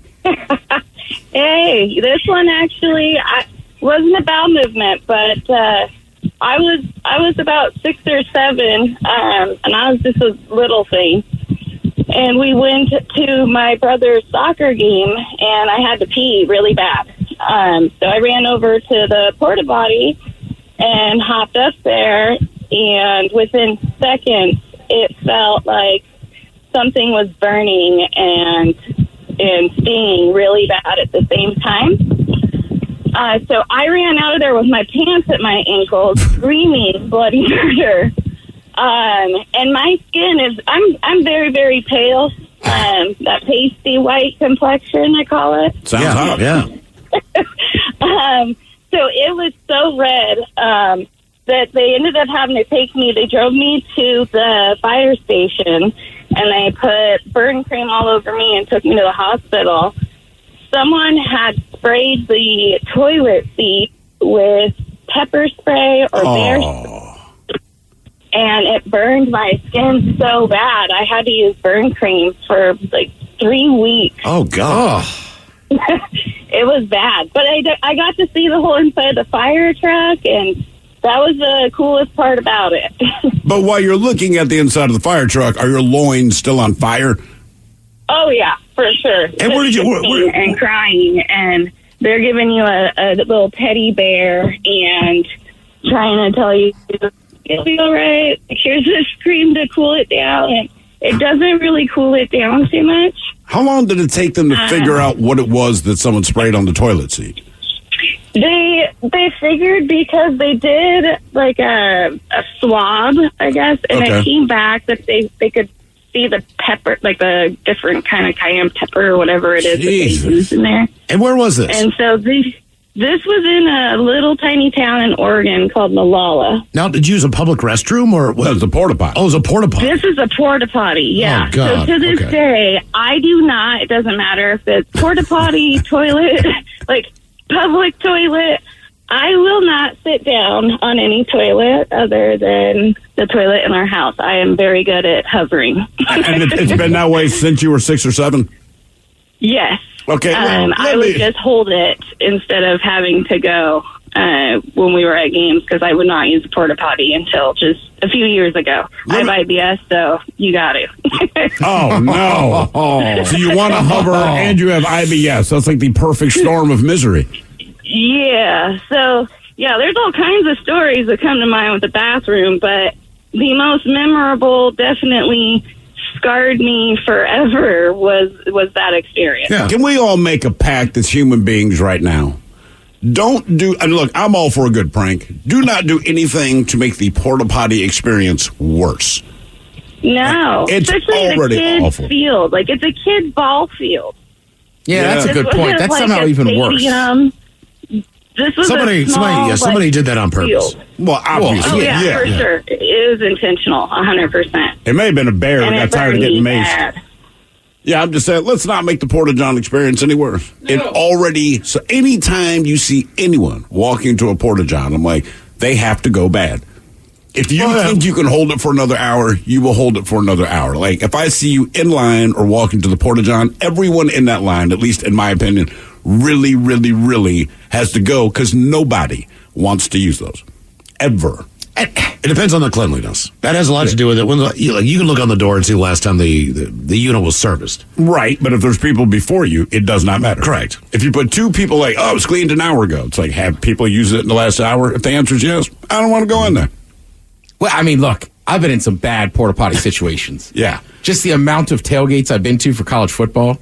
Like, there's sometimes, man, like, you're just not finished for the day. Like, game kicks off at noon, so you're in that lot early. Yeah. But by 10 a.m., like, the lines are huge, everybody's peeing in there, and you got to go. I mean, the only thing I would put it on the level to was when Miles and I both didn't say anything, but we're in the biggest beer hall in the world, like one of the original beer halls. Oh, in Munich or whatever it was. Yeah, the Hofbrauhaus, and I had to go drop a deuce. I did too. Yeah. I told you about it. Did you guys? Oh, yeah. I went first. It's amazing. There's no seams on the stall doors. Like, their engineering is like, you couldn't even look in there. Oh, really? So it is super private. An ant couldn't get through that door. But you could tell it was a beer hall and people have been drinking all day. I mean, I had to clean it up pretty good. But same thing, like, we had a very serious morning and then we sat down. I've been waiting to go to that place. I took like 2 sips of beer because to me, alcohol can be kind of like coffee. Oh, yeah, sure. And then, I was just sitting there and, like that, again, that uncomfortable, you're kind of dewy or whatever. I was just like, screw it. And then I came back and was like, let's go. Right. What was your most memorable bathroom experience? 206-803-ROCK. Hello, Charlie. Welcome to the men's room. Hi. Hola. So my story is, first off, I feel really bad about that girl with that pepper spray. That's really awful. Who doesn't? Well, I had that experience with somebody, and it got inside me as well. And anyways, that's a whole nother story, but it hurt very bad. Anyways, my story is I was at a place, and I was really crowded in this bathroom, and I was on my period.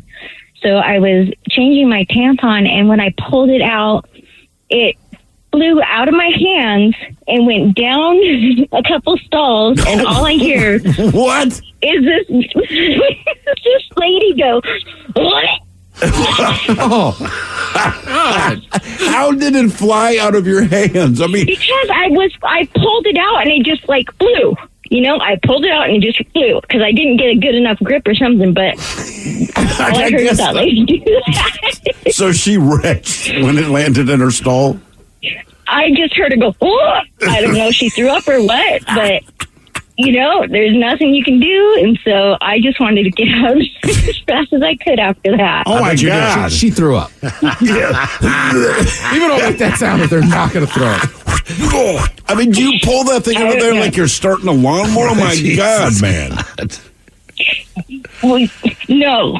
Not like that, but it needed to come out at that time. You guys don't understand. No, but, we don't. It had to come out, and so it was time, and it just went flying.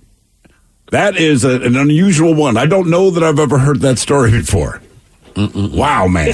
Yeah. Did they know that it came from your stall? I don't think so. I mean, I left there right after that because I didn't, you know, what am I going to say? Hey, can you hand that to me, please? Can you take care of that? I can wrap it up and throw it away, or what? Yeah. God damn. I just like the fact you hear someone retch. What was your most memorable bathroom experience? 206-803-ROAD. She's right. It's just four dudes sitting in here. I don't fathom how that happened. She's like, shot out like a rocket. God damn. Sorry.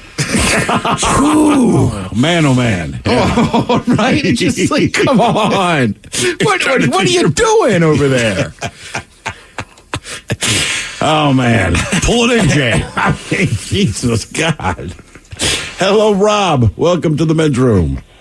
Greetings and salutations, gentlemen. Hola. So I have been waiting literally years for you to ask this specific question and for me to be available to answer it, so much so that I wrote a short story about it, and so I'm very excited to share it with you. All right, what do you got?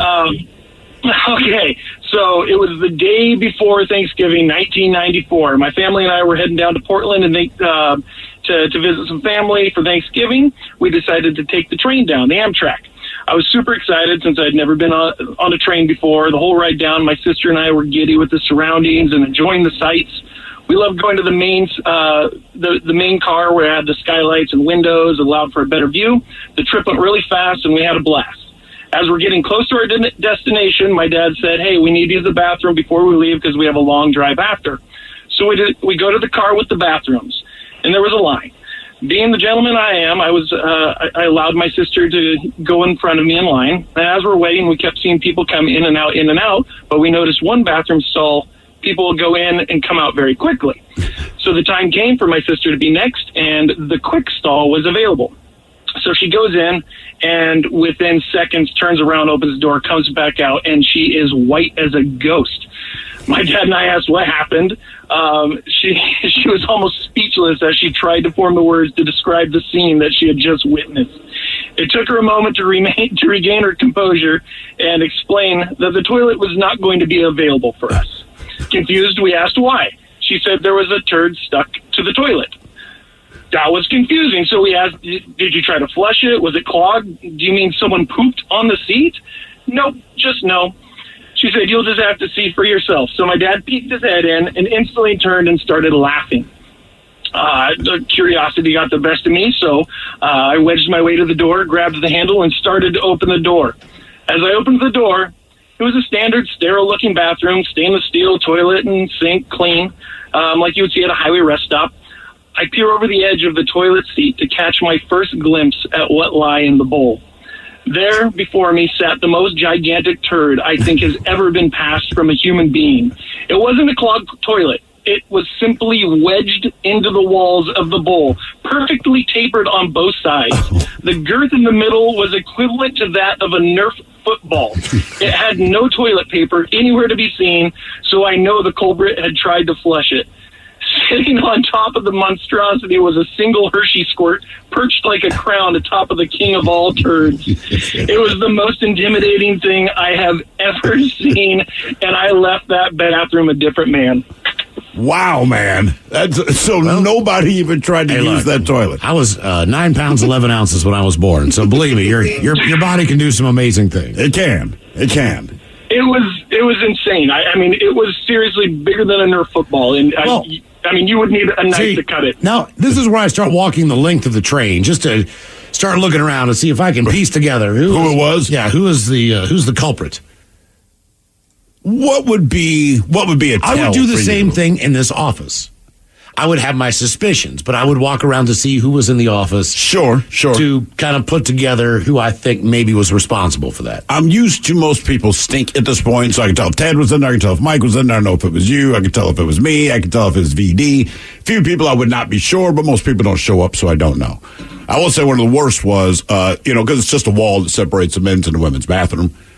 I'm in there peeing, and I hear someone in the women's room is laying it down, right? And clearly they're having that kind of moment because it's just all the sound and fury. You know what I mean? Like, we've all been there, but it's just weird when you're kind of hearing someone else in a different room and they're going through it. Well, I couldn't help myself. So I'm going to take my time, washing my hands because I want to see who it is. So finally, I hear the women's door open, count to about 3 Mississippi, so it's not super obvious.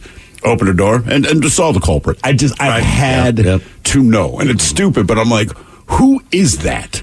Who is this lady who is dropping this? I mean, my God, it was awful, man. And I get it. Clearly, they were having stomach issues, but I'm like, I have to know who this is. And I saw them, and now every time I see them, and it's stupid, I don't judge them, but every time I see them, like, that memory goes to my head.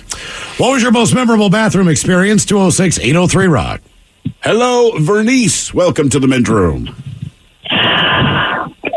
Long-time listener, first-time caller, kind of. Oh, Vitrolas, are you sober or drunk? We are sober. Yeah. Hold on. Oh, damn. Anyway, back in the early 80s, I'm a long-time bartender. My 2 daughters, I raised them on my own, so they were very friendly towards other people, sometimes maybe too much. Anyway, at McDonald's one day, my youngest daughter being about 3 or 4 years old, why don't people ever help you out with how do you train your toddlers to wipe their ass after number 2? Oh, whoopsie. Hope that was okay. Wipe that after number 2 and not get it all over. How do you teach them that? Typically at that age, I was going into the bathroom with them. Yeah. Exactly my point. At McDonald's, older sister's playing on the toys, doesn't want to go with little sissy to the bathroom. I'm with a girlfriend, whatever. Go ahead, youngster. You go on down there and get your, go to the bathroom. I thought she had to just pee, right? All of a sudden, about, 5, 10 minutes, not even 10 minutes go by. Where's Brianne? Okay, okay, just a minute. I go down the hallway and I hear a little echoing voice as I approach the door. I need a wipe. I need a wipe. I open the door. Thank God she was the only one in there. On all fours, pooper in the air right in the middle of the bathroom. Just like, anybody come on in, grab toilet paper, just please help me out here. Oh, so she's like anyone who walks in, you're good to go. Anybody. I need a wipe. It's all you hear being yelled out of the bathroom. all the way down the hall. Oh, my God. I mean, it was a cute little pooper, but seriously. That's pretty common with kids. Yeah, kids will do that. They didn't. Mom, come on, my butt's itching. Like, oh my God, dude, I get it. I mean, I wish we could live without that self-consciousness the kids have. You know what I mean? Dad, I gotta poop. Like, okay, now the entire restaurant needs it. And Ted, like, my favorite story from you, Ted, is the kid. His zipper was stuck in the bathroom. Like, sir, will you help me zip my pants? No, it's like a movie, right? He's just washing my hands. I just hear him behind me, Mister. And I'm like, I'm not turning around. Mister, right? And he's right at that age, right? Like 5? Yeah. So he should be okay. And then he's like, can you help me get my zipper on? I'm like, I don't know what to do. I think about it, and I'm just like, all right. So I just lean over. Like, I mean, if you could, you got to understand, I barely touch the zipper, zip it up, walk out of the bathroom. Not a big deal, but it's a celebrity all-star hockey game after the T-Birds had played. So the arena's not nearly as full as it was. I'm sitting there with my friends. We're having some beers, and here I see the little kid walk out. I go, oh, that was the kid. And they're like, what? I had to help him get his zipper up. And then you see him talk to his parents and point right around, scan the crowd, and point at me. That's the guy. That's the guy. Did you get a weird look from the parents? I think I just put my head. I was just like, oh my god, like why? Right. Like I fathom it a little more now, but I'm just like, why would you run out there and say that? That man's head's Mister. I mean, look. In retrospect, I should have just walked out. I would have. Return of Who Sucks Last coming up, and we've got your emails on the way from the men's room at KISW.com next. Hey, y'all, it's Garth, the Big 615. You're going to hear the newest that country music has to offer. At the same time, you're going to hear the newest that the country classics have to offer. I want to hear the new single from George Strait, and I want to hear it right beside the new single from Luke Combs. That's the thing we call the Big 615. Download the free TuneIn app from the App Store. That's TuneIn. Or ask your device to play the Big 615 on TuneIn. Have you been in an accident that wasn't your fault? Feeling overwhelmed and unsure what to do next? Look no further. The personal injury attorneys at Phillips Law Firm are here to help. Phillips Law Firm understands that accidents can turn your life upside down. That's why they're dedicated to fighting for the compensation you deserve and to making the process as stress-free as possible. Don't wait any longer. Call now, 1-800-JUSTICE, or visit justiceforyou.com. What's up? It's your boy, The Ted Smith. Thanks for listening to the Men's Room Daily Podcast. Want more? Check out the greatest podcast in all the land, The Podcast. Be sure to subscribe and listen to a brand new episode every Tuesday night. The debauchery rolls on. You're listening to the Men's Room with Miles and Thrill. 99.9 KISW. Who Sucks Last coming up first time for a few emails from the men's room at KISW.com. You've got And a couple from today's question. What was your most memorable bathroom experience, guys? In my family, I used to go to our annual ocean fishing trip out of Westport on the Washington coast. I rarely get seasick, but if my stomach is a mess, it will totally happen. On one of the trips, breakfast was not sitting well, and I could tell I was going to hurl. So I did in the water, but then I could tell I also had to use the bathroom. Went down to the head. Now, if you've ever been on a charter, you know those bathrooms. In addition to stinking, they make it hard to see the horizon to center yourself. When I went down there to poop, I was also vomiting repeatedly and getting some of that on me. When I finished both, I thought I could leave. At one last bubble of gas, as Thrill has said, I gambled and lost.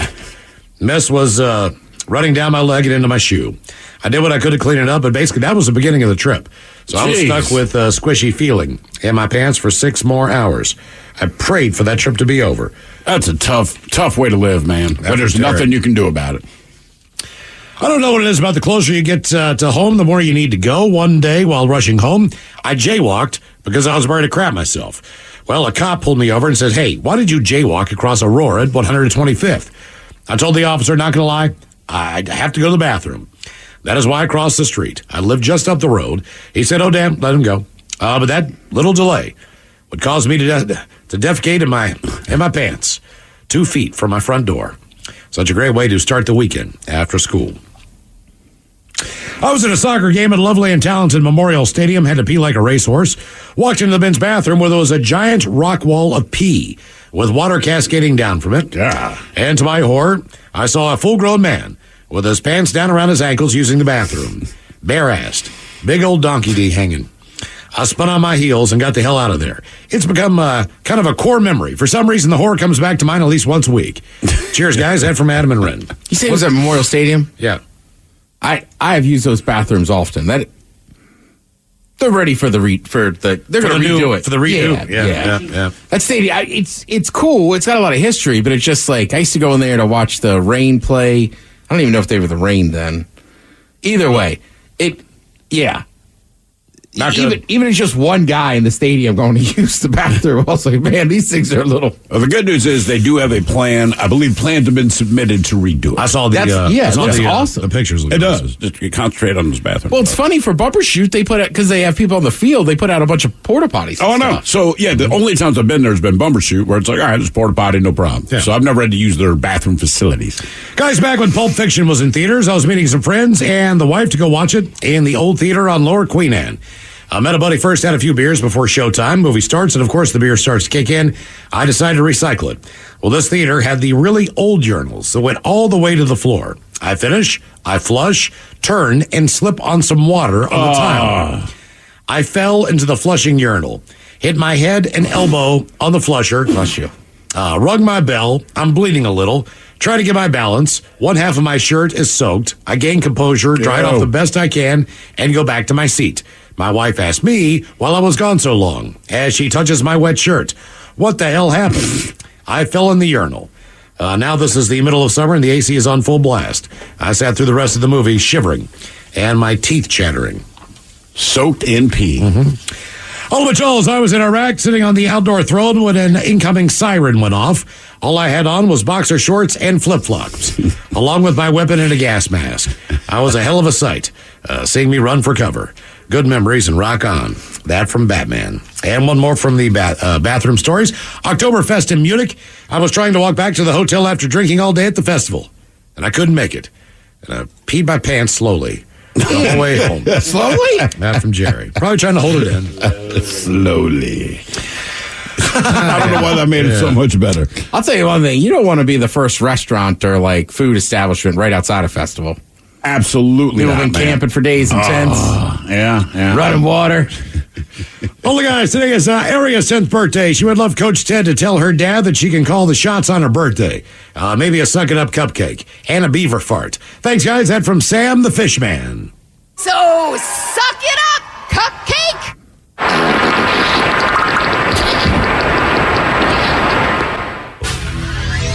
All right, 5th birthday. Darn right you're in charge. I'm not going to cuss here as you're a child. Look your dad in the eye, and again, you tell him you want to go to your favorite restaurant. I don't know, is it a McDonald's? Is it a Red Robin? Maybe it's pizza. Either way, you get a whole burger. 3 slices of pizza. You can even have a soda. You're in charge. And you tell your dad, you look at him right in the face, and you go, I'm in charge, Sam. By the way, quick side note, should you eat all of that, also get Imodium? No, my bad. I just meant if you get a burger, get a whole burger. If you're going to eat pizza, you get 3 slices. I always look forward to my birthday every year. It was, obviously, party, a cake, ice cream, all that stuff. Friends come over. But there was something about the 10th birthday party. You're double digits. When I turned 10, man, that was the most exciting birthday I think I'd had up until that point. Easily. My kid turned 10 last year, 2 years ago, whatever the hell it was. But he just the look on his face, it's such a sense of accomplishment. Like, I'm double digits. And the look on his face looking at me like, I know you're an old man. We're both double digits. We're both men now. Right. Yeah, exactly. Yeah. I don't know. I was like, man, I've made it. Guys, my name is Bill. I would like to give a huge happy birthday to my beautiful girlfriend, Heather. Can I get Turtles having some sex and Al hitting the window and the Dirty Germans talking about what good things are going to happen tonight? Dirtier the better. Thanks, guys. And rock out. That from Bill.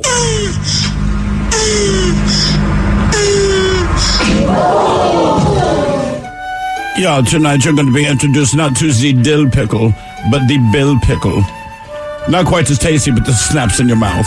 Yeah, so you know what? It still has that classic brine taste to it. Yeah, it's very briny. Salty. Yeah. Guys, I've been a consistent listener ever since I took up driving jobs a couple years back. I went to Live Day. I saw you guys at the bar in Seattle and the Muckleshoot. I'd appreciate it if I could get a Homer fish sandwich. Your penis is too small, and maybe some advice from Coach Ted on being a single dad turning 23. Fish sandwich. Are you sure?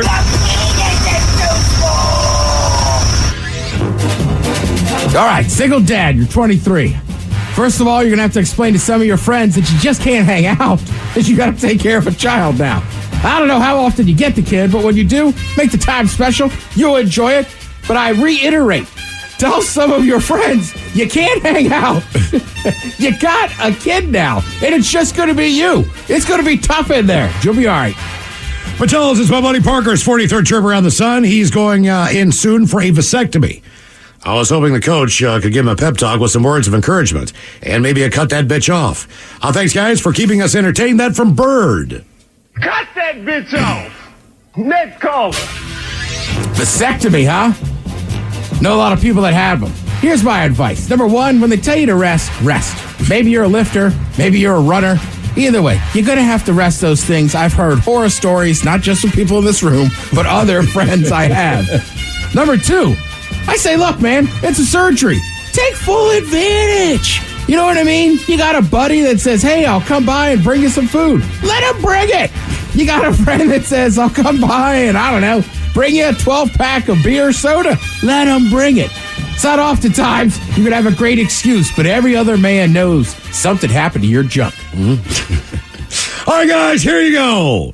Happy, happy, happy birthday. Happy, happy, happy birthday. Happy, happy, happy birthday to you, to you, to you. Ya's a Dirty Germans brought to you by Men's Room Original Sausage. Available through Uli's World Famous Sausage, mensroomlive.com, and other fine retailers.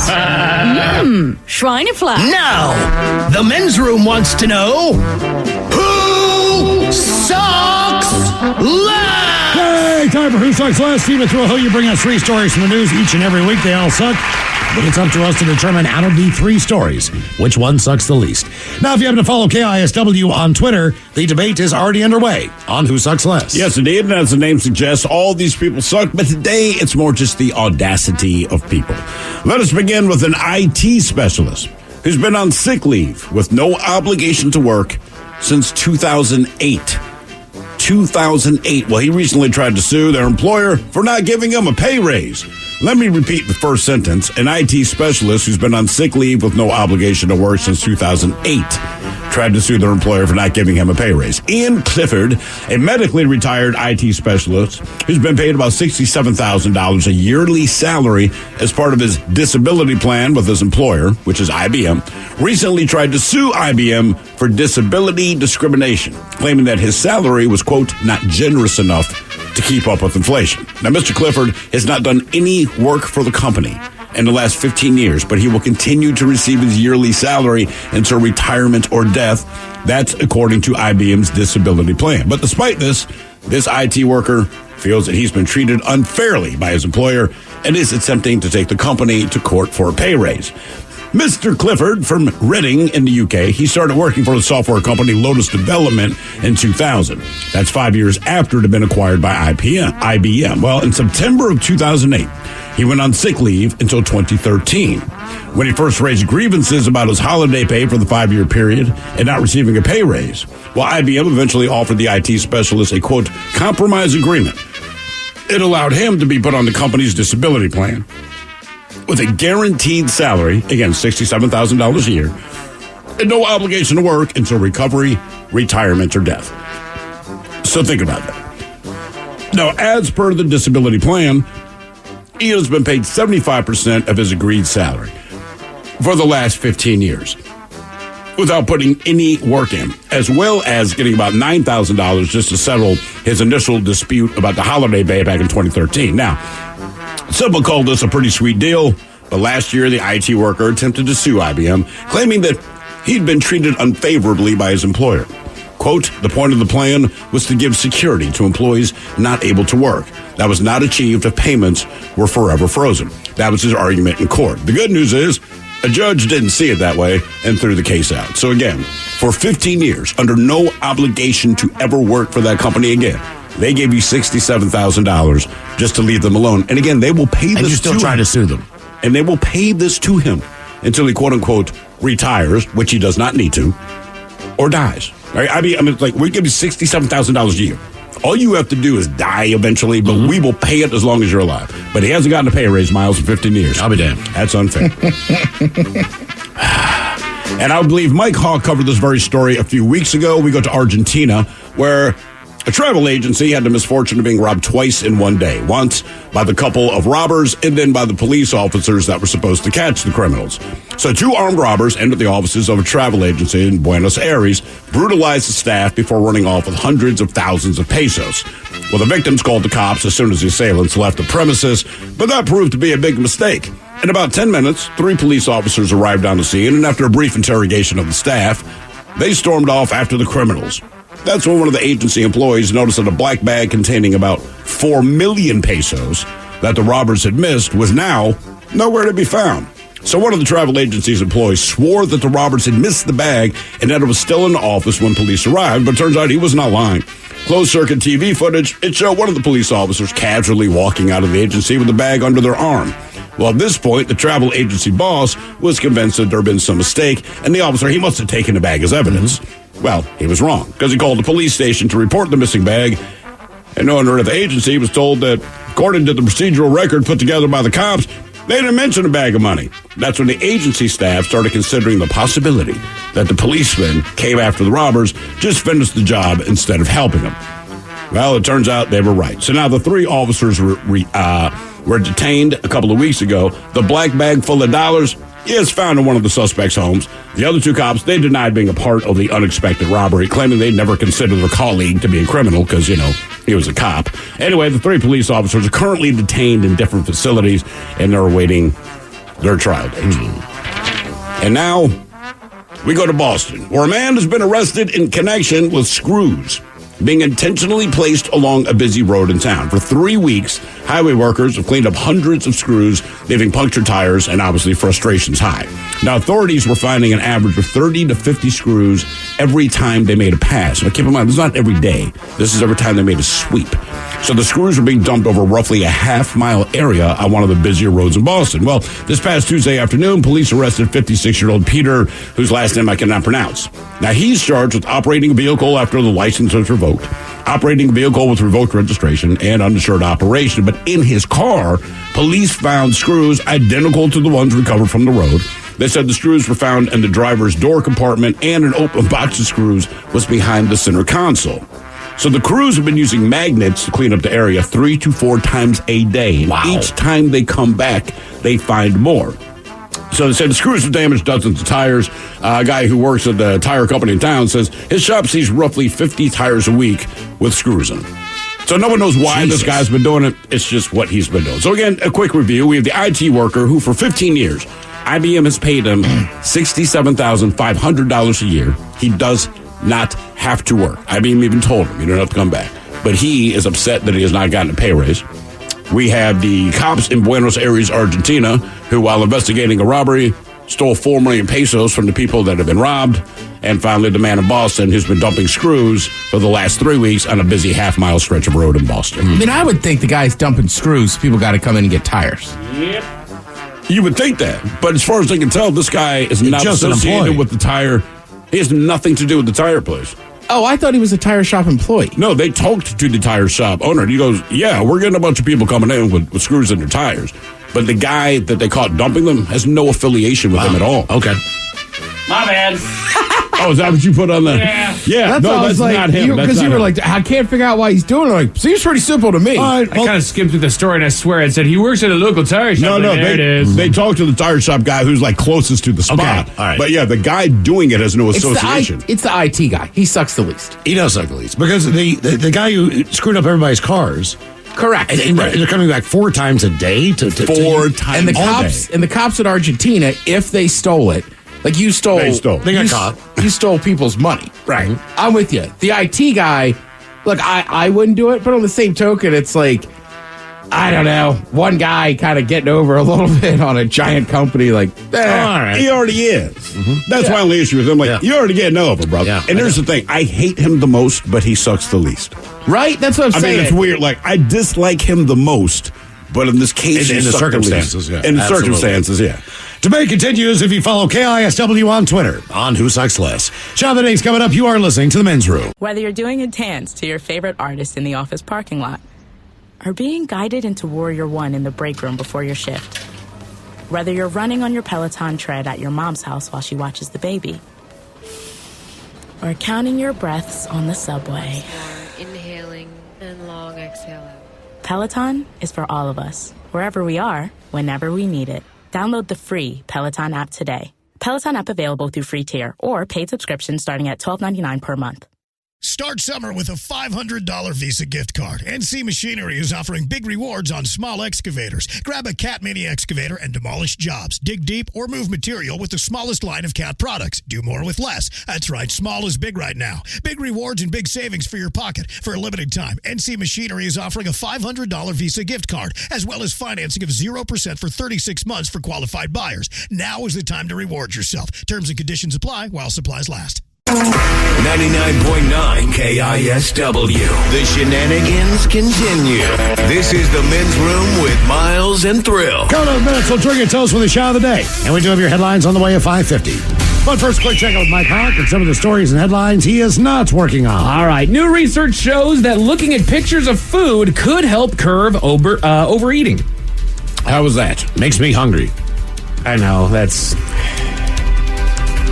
That's my whole thing, too, is that I get hungry by looking at pictures of food. There's a reason why food commercials have pictures of the doggone food on them. You don't even need pictures. If we're doing a show on food, exactly, we do it a lot, even if it's like the worst thing you ever eat. Sure. By the end of the show, I'm starving. Right. Yeah. So I don't even need to see it. You want to talk about barbecuing or whatever? I'm like, oh, man, that sounds great.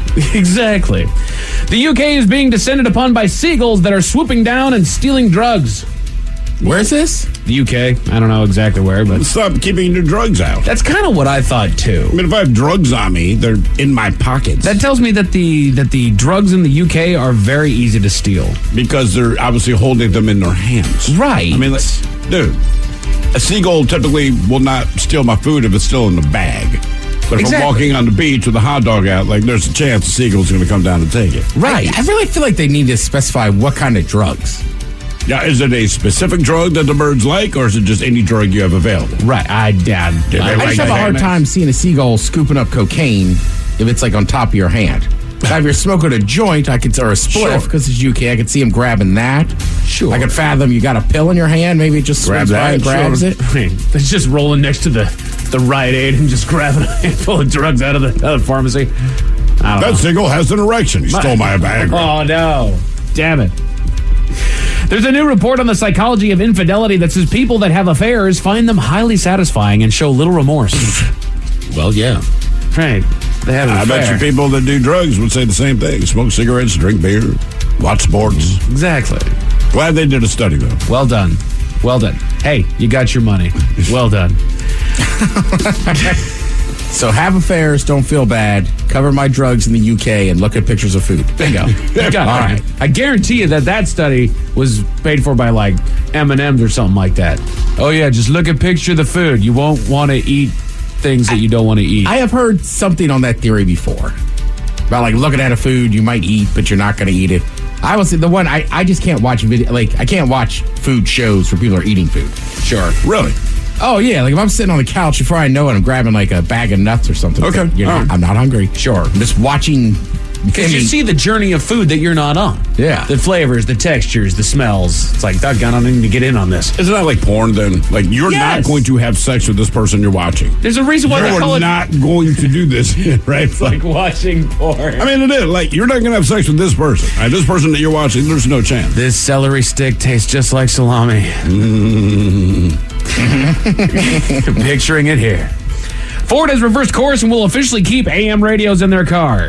I mean, I'm happy they will. I just, it would be up to AM radio now to come up with something that people want to hear. Right. I mean, inevitably, that's on you. Right. And it's one of those things where... Did we cry outrage about it because it's nostalgic and we don't want to lose something that we've always had? I think that's a lot of it. Just if you break down the percentages, I think that's most of it. But like anything, they say network TV is dying. Well, then it behooves network TV to come up with things that people want to watch. I don't think anyone cares where they get their entertainment.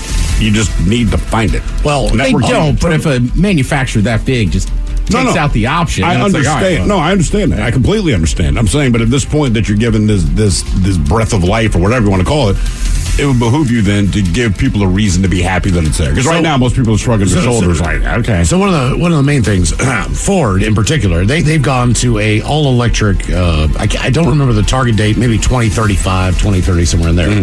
The problem right now is AM transmissions are messing with either the battery system or a lot of the computer components in the car. So they are pledging to figure out a solution to that problem when they get to that point. Okay. But initially they said, well, just take it out right now because we don't have a fix for it.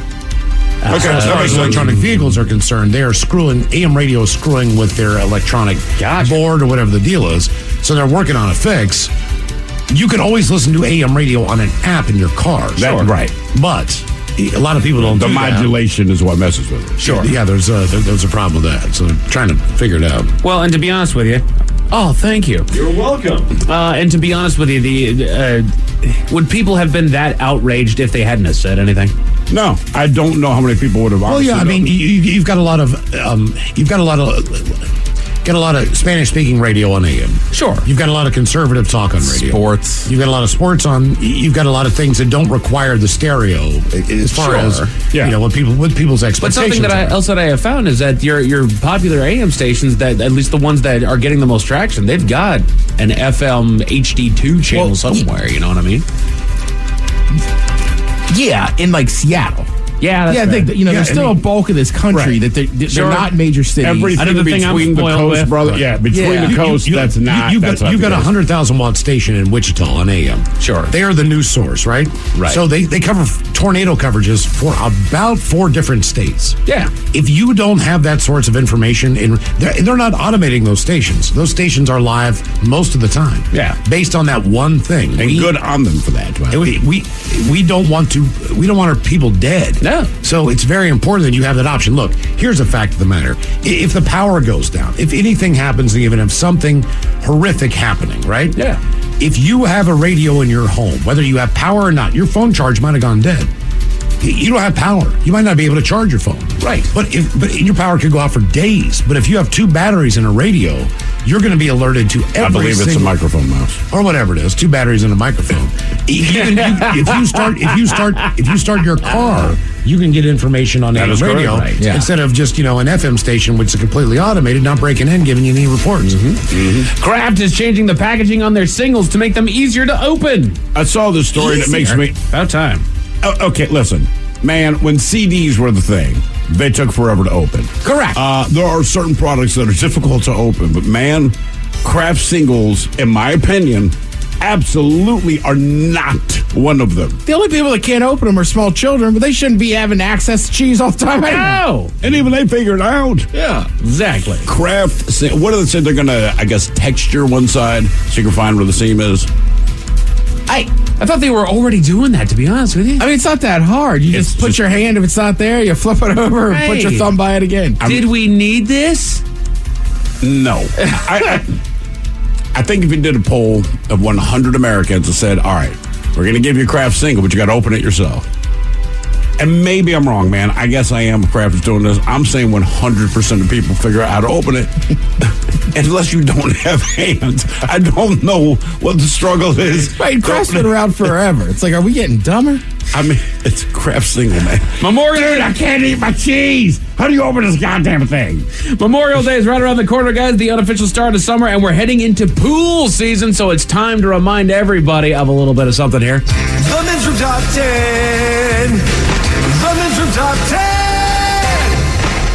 The 10 weirdest things you can do at the pool this summer. Sure, as a kid, you like to do cannonballs and splash the other kids and unaware adults. As an adult, you realize that guy standing over in the corner, enjoying that delicious IPA, he needs to be left alone. He's had a rough go. Just leave him be, okay? Just leave him be. He's disqualified from this one.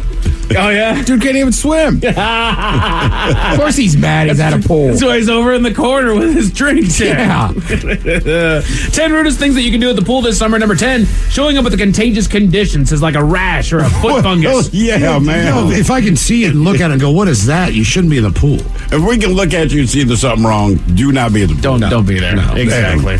Number 9, jumping in when you're gross or super sweaty. Towel off first, or if it's a beachside pool and you're still sandy, use an outdoor shower before you get in. You're supposed to shower before you get into the pool anyway. You are, because technically, but who does that? For real? I mean, if you're sandy, that's one thing. But like, if you're sweaty, like if I'm in a pool, I assume it's hot.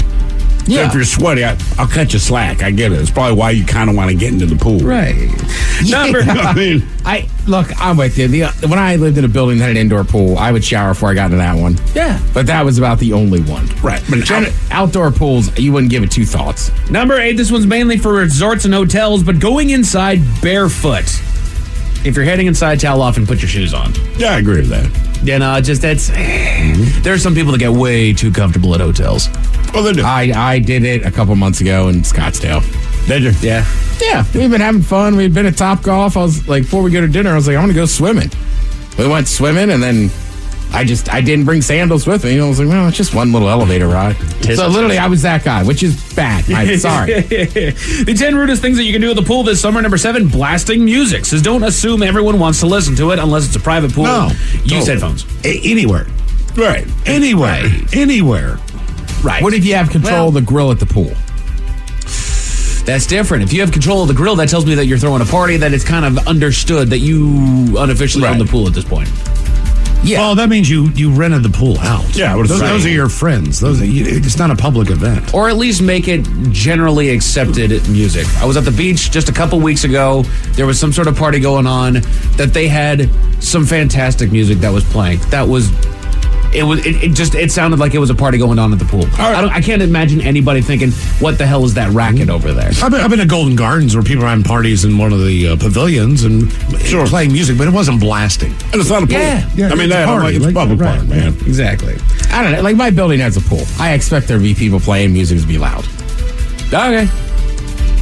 Well, that's why you live where you live and I live where I live. I would say resort pools the same way. If I'm down there at 10 a.m. swimming or just chilling, don't blast music. But I'm like by 3 or 4 in the afternoon, like, all right, people are getting loose. But most resort pools I've been at, the resort is controlling the music. Sure, right? You know what I mean? Playing. You can like it or not like it, but that S is playing. Number 6, excessive splashing, including cannonballs. Well, sure. This is usually about keeping your kids in check. Typically, they've gotten to the point with insurance now that really most pools aren't deeper than 4 or 5 feet. Right. When you go to a resort or, yes, if you go to a public pool, hopefully there's a deep end. Hopefully you can still use a diving board. I don't know. I mean, just cannonball in your area. I think everyone understands that. And by the way, let kids splash around and have fun. They're in the pool. They're not trying to get you wet. They're not cognizant of that. So, like, I was like, I got wet, but give the kids a pass. Number 5, topless tanning. This says, we're not judging, but parents might if you undo your top at a public pool or kid-friendly resort. Even if you're laying face down, you'll probably get some looks. Well, who cares? Oh, my God, her back. Oh, my God, nudity. Like, it's a back. Dude, it's someone's back. 10 rudest things that you can do at the pool this summer. Number 4, letting your kids run wild. Letting them have fun is one thing. Just be willing to rein it in if you need to. But that's true of any scenario with your children. Correct. Right. Restaurants, pools, hotel, plane, you name it. Like, right, just... That's part of what you sign up for being a parent. Yep. You're going to have to rein them in quite a bit. That you have to be angry every 3.5 minutes. Correct. What did I tell you about the Right. Be aware. Yeah, and like, I don't know, when I grew up, you went to public pools, like the lifeguards would scream at you too. Sure. Like, you're not supposed to run on the deck. Oh, yeah. The kids are going to slip. Look, I get it. Some parents aren't going to care and their kids are going crazy, but also you got to be like, your kid's going to slip. That's going to be a big issue. Yeah. Just tell them to chill out. You don't have to care what your kid does, but you can't get upset at other people when they say something to the kid. Right. Yeah. Right, that's all. I'd prefer not to see a skull get cracked open today. Thank you very much. Well, it depends on the kid. That's fair. Hogging the lounge chair. It says if you want to show up early to get the best spot, that's fine. Just don't use towels, books, and bags to hold your spots and then disappear until 2 p.m. Yeah, especially if you go to a resort. First come, first serve. That's it. It's kind of like this. But if I'm at the pool, I will guard my seat because I'm just in the water. If I'm going to physically leave, yes, I will absolutely.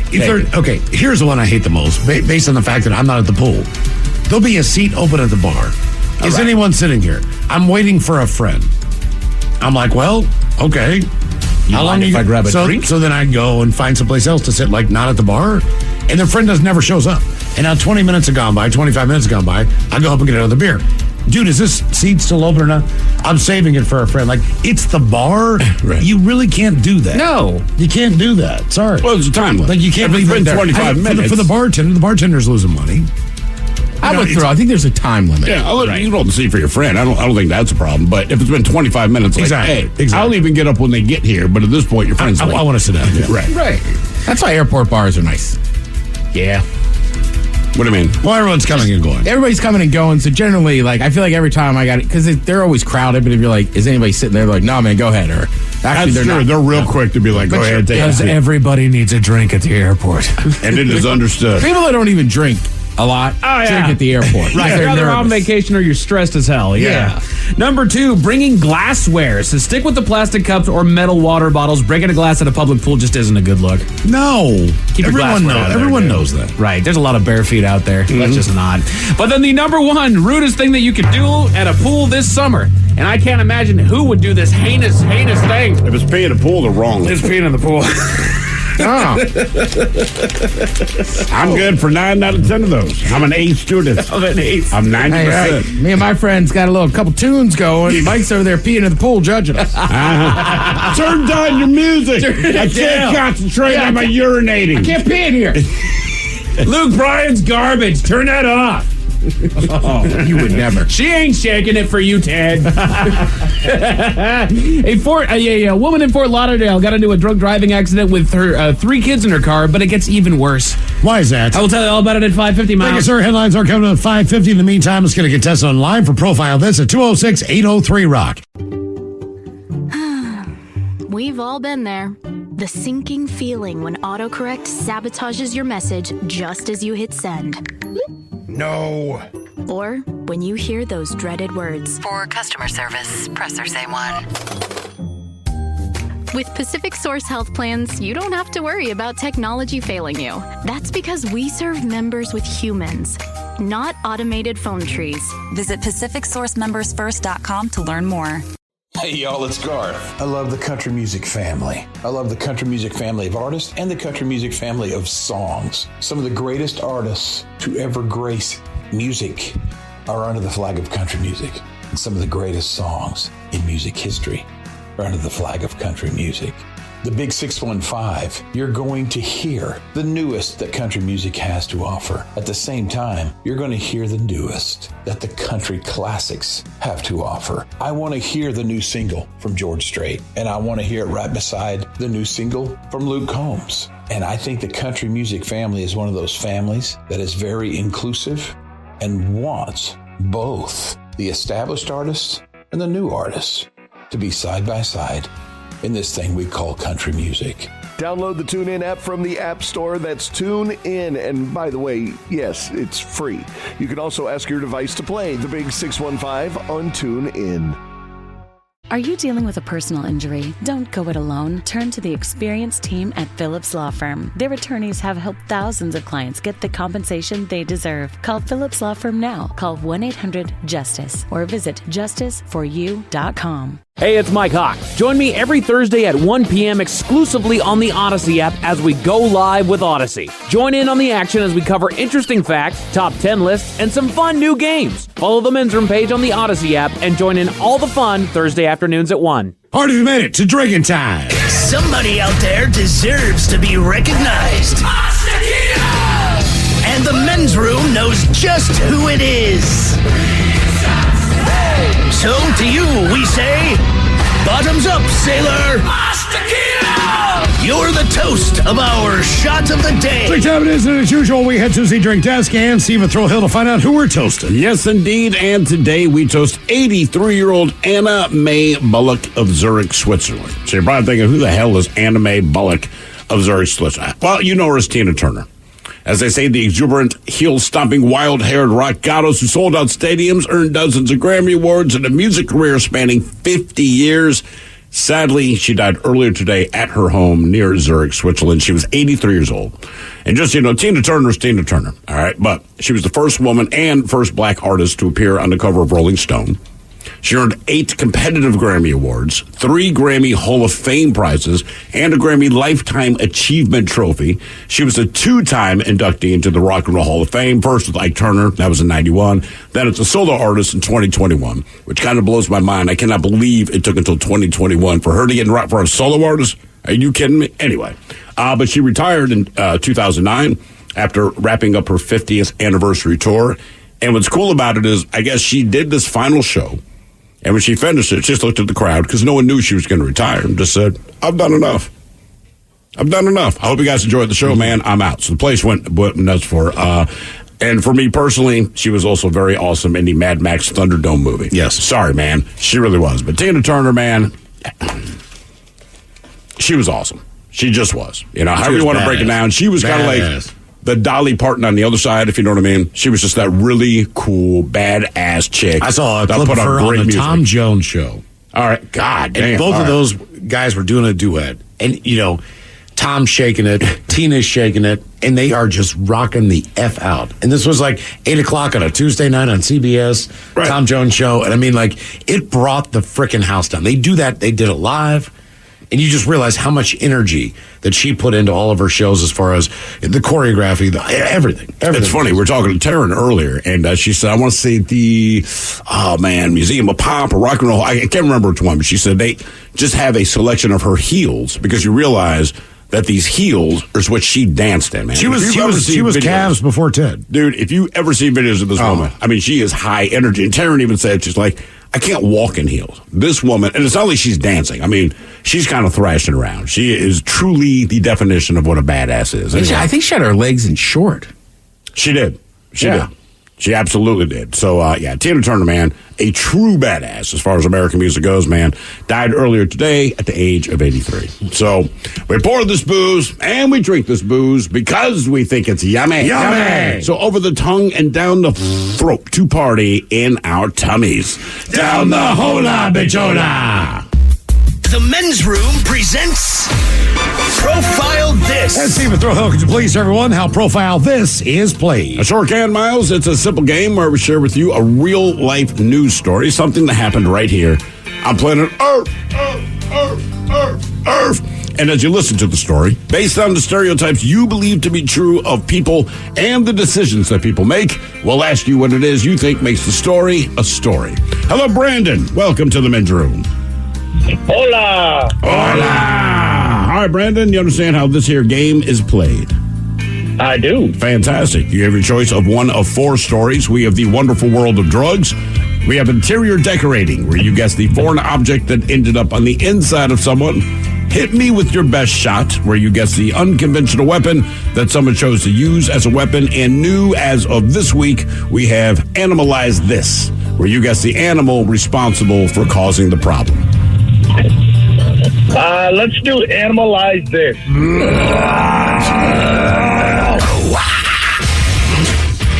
I keep forgetting how that starts. I keep forgetting it's Damon Draymond. All right, here's your story.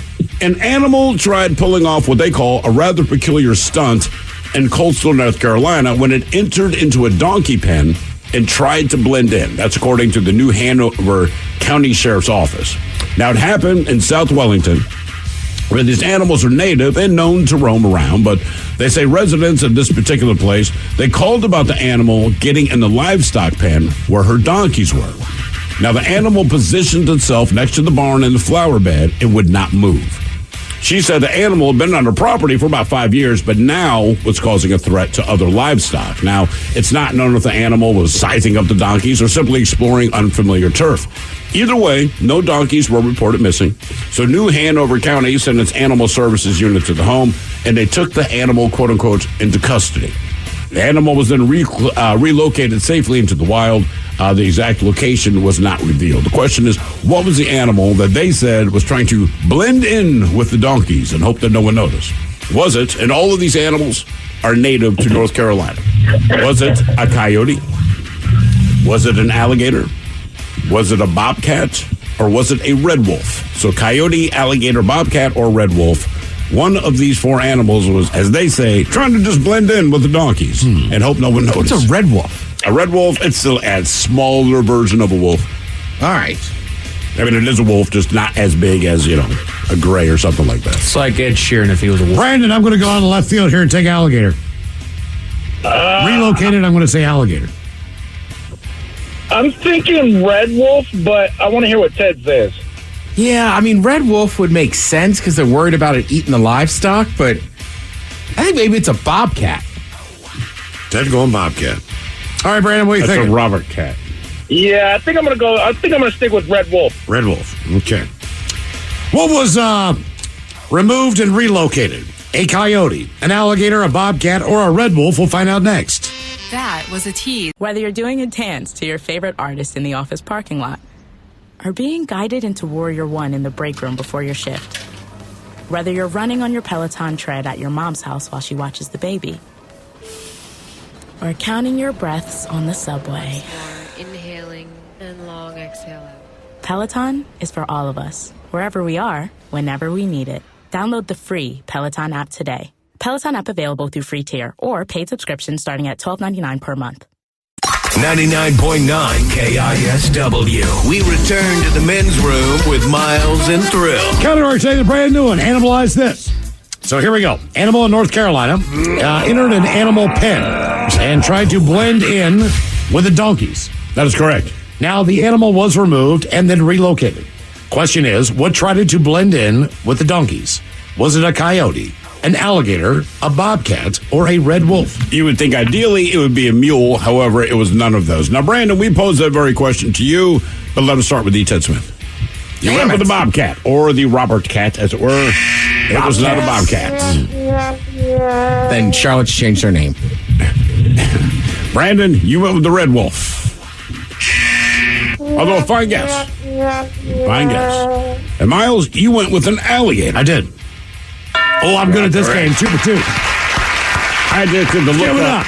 I was like, what are native animals to North Carolina? I was surprised. So they had, bobcats, alligators, red wolves. There's one other, predator. I can't remember what it was, but... If I'm in North Carolina... Probably bear. And I'm or hanging Jeff. out... No, it was a bear. Some kind of Jeff. And I see a lake... Some kind of bear. I see a lake near Raleigh. Mm-hmm. You know what I mean? It's not brackish or anything. I just want to jump in and go swimming. I feel pretty confident that I could swim in fresh water in North Carolina. But the answer is no. No, do not. It is not.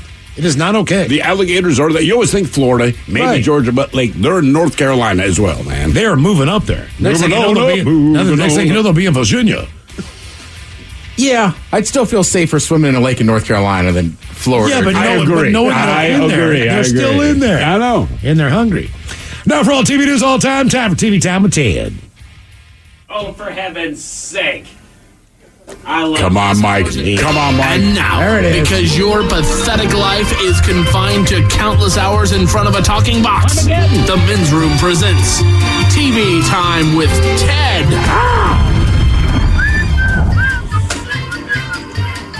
All right, so I talk a lot about sports and this and that. And I was saying yesterday how there could be a chance that the NBA playoffs, both the Eastern and Western Conference, and the NHL playoffs, both Eastern and Western Conference, were sweeps, right? NBA Western Conference already a sweep. Eastern Conference got extended last night because Boston actually won a game. They did. I know. Everyone's shocked. Like, what? It was, honestly, I was very surprised by that. I think even the Celtics were surprised. Right, and they won the game in Miami. Mm-hmm. Now they go back to Boston. If you're Miami, go win that game in Boston. Oh, yeah. But they know. Confidence booster for the Celtics. That's what I'm saying. If you're Miami, go win it now. Right, or Game 6 at home, win it. If this goes seven games, you don't want to go back to Boston. No. So with hockey, same thing. You got a couple series that are 3-0. So basically, the article, I actually, kudos to Thrill, sent me this article, just talking about how when these networks, right, TNT and ESPN, right, they kind of go back and forth with the NBA and the NHL. Right. So when you have 7-game series, it obviously works it's great. You get more advertising dollars. I think they even can charge more for Game 7 stuff, certain spots. Think about the spots like they would charge for tickets. Right? You get to a Game 5, it'll cost more than 4, 6, etc. Right. Correct. So this is kind of crazy, right? And the first couple rounds were great, right? There was a Sunday where you had 2 Game 7s in hockey. Everybody's having fun. Everybody's making money. But now the issue is they might not have any of these playoff games over Memorial Day weekend. And they're going to lose a ton of money. Now, ESPN, they can kind of get by with women's softball, college women's softball, some super regionals or whatever for men's college baseball and stuff. But you kind of bank on Memorial Day weekend outside of the Indy 500. Right. You're kind of banking on this being the main 2 sports you're going to have. But they're look, they can provide programming, but at the networks, their advertising dollars fall. On Budweiser, right? You have a Game 7. You have the Dallas Stars are playing the Seattle Kraken Game 7. I understand you're going to charge me a lot. It's worth it. Everyone's watching. So nothing against women's softball. Is that dependent? I'm paying you 25%. So what you're saying is if the Panthers win tonight or if they lose tonight. So in other words, it's 3-0. So the networks want the Panthers to lose. Yes, they do. The networks are sitting around shaking in their boots. Like I said yesterday, there's never been a time where the Western Conference Final and Eastern Conference Finals in both of these sports have been sweeps. So the Lakers got swept, and it was like, oh, S. No, we have to fill programming. Correct. TNT's got to fill with just repeats of like movies and TV shows. And I was saying TNT. That's basically what they've done their entire career. Right, but the difference is right now we make money, and then this thing that we count on making money, right? Because typically you just don't have a sweep. But now you're telling it, right, because our business model is based on this. And it's like anything. The NFL can finance itself off of Super Bowl ads alone, right? But if you said Super Bowl's not happening, right? The amount of money, not fans being upset about it, it's the fact that the money you make as a network, when you don't have game 6s and 7s, and they've gotten used to it this year for sure, because leading up to these championships, man, it's been super competitive. And the ratings have been good. And that's the other thing, too. It's not just the money you make off the advertising dollars. When you get to game 6 and 7s, I mean, ask a lot of people. It doesn't matter who it is. If it's a game 7 in the NHL playoffs or NBA playoffs, you're going to watch it. You're going to watch it. You don't have to have a rooting interest. You're going to watch it. People are going to watch on their phones. They're going to watch on their tablets. But I would also say, think of it like a bar, right? Let's say you own an Irish pub. All right. Now, more than likely, Memorial Day and Labor Day, you don't expect to be too crowded because those are holiday Outdoor, weekends. grilling. People go outside, they're grilling this and that. But if you're an Irish pub and you can't be open on St. Patrick's Day, right? For some reason, that would be crushing. So that's kind of what this article was. Look, they'll be fine, but it's just like, oh, they're losing money. Yeah. Also, you lose advertising and kind of promotion for your other stuff, right? Like you'll hear commercials. That's the big thing. So if you're TNT and I want to promote Star Wars Marathon Night, great. But if I advertise it during game 6 and 7 of whatever sport I'm carrying, just more people hear about it, they make a mental note. If I don't have that and I'm showing a repeat of the A-team, I'm reaching 150,000 people. And traditionally, Irish bars, sports-wise, the Celtics are a good draw. Yes. Yeah, absolutely. Yeah, like TNT's going to have to re-air Star Wars Saga until June 3rd in the Stanley Cup final. That's you watch it on TV. It's all the commercials. Yeah, but all Star Wars you already have. You're Right. trying to get sports fans. That's it. You know what I mean? So just... it's just very interesting because this has never happened before. So just like, wow, they're losing out. And you can't promote, I like in the article, they would say you can't promote Dr. Pimple Popper. I mean, but that's the whole thing. But that's the stuff that works. I mean, there's a reason why they'll debut a lot. Whatever network carries the Super Bowl, whatever show they're banking on of being the next hit, and it can be a sitcom or a drama, they'll put it on after the Super Bowl. Right? Yeah, it's the most coveted spot almost in network TV. Absolutely. After because you have more eyeballs watching it. And look, you'll keep 10% of that audience. They know that. But if you have a 200 million person audience, then 10%, you got 20 million people that like the show. If you have 180,000 people watching it and you advertise 10% of them, it's 18,000. Right. And like, look, the bottom line is, you can just look at numbers. At the end of the day, I know a lot of people probably listen to like, I don't like sports, or I'm not the one I hate most is sports ball. But you might not be a sports fan. But generally, out of the top 50 shows all year, 45 of them are going to be sporting events. Right. You don't have throw to in like the Oscars, maybe some kind of political special, sure. but I mean, like sports gets ratings, especially on TV. I look at it like this: I don't enjoy Taylor Swift's music. It has absolutely no blemish on her ability to be successful. So I don't like sports. That's okay. But as far as networks go, I ain't worried about you. Don't worry about all of the other people that do. Taylor Swift ain't worried about me. She's got millions upon millions of fans. It's the same thing. All right. Speaking of competition and singing, Katy Perry. I won't lie. I don't really watch a ton of American Idol. I saw the kid that he's a high school kid down in our way. Yep, yeah, so man. That's cool and everything. But Katy Perry. Now this is coming from as they say, not always reliable British tabloids. They say Katy Perry might leave American Idol because she feels like the producers have been throwing her under the bus by editing the show to make her seem nastier. Here's even some audio of them in Hawaii, and she got booed.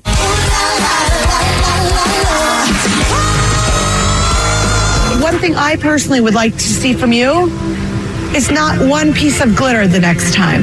I know that's going to be hard. Yes! Yes!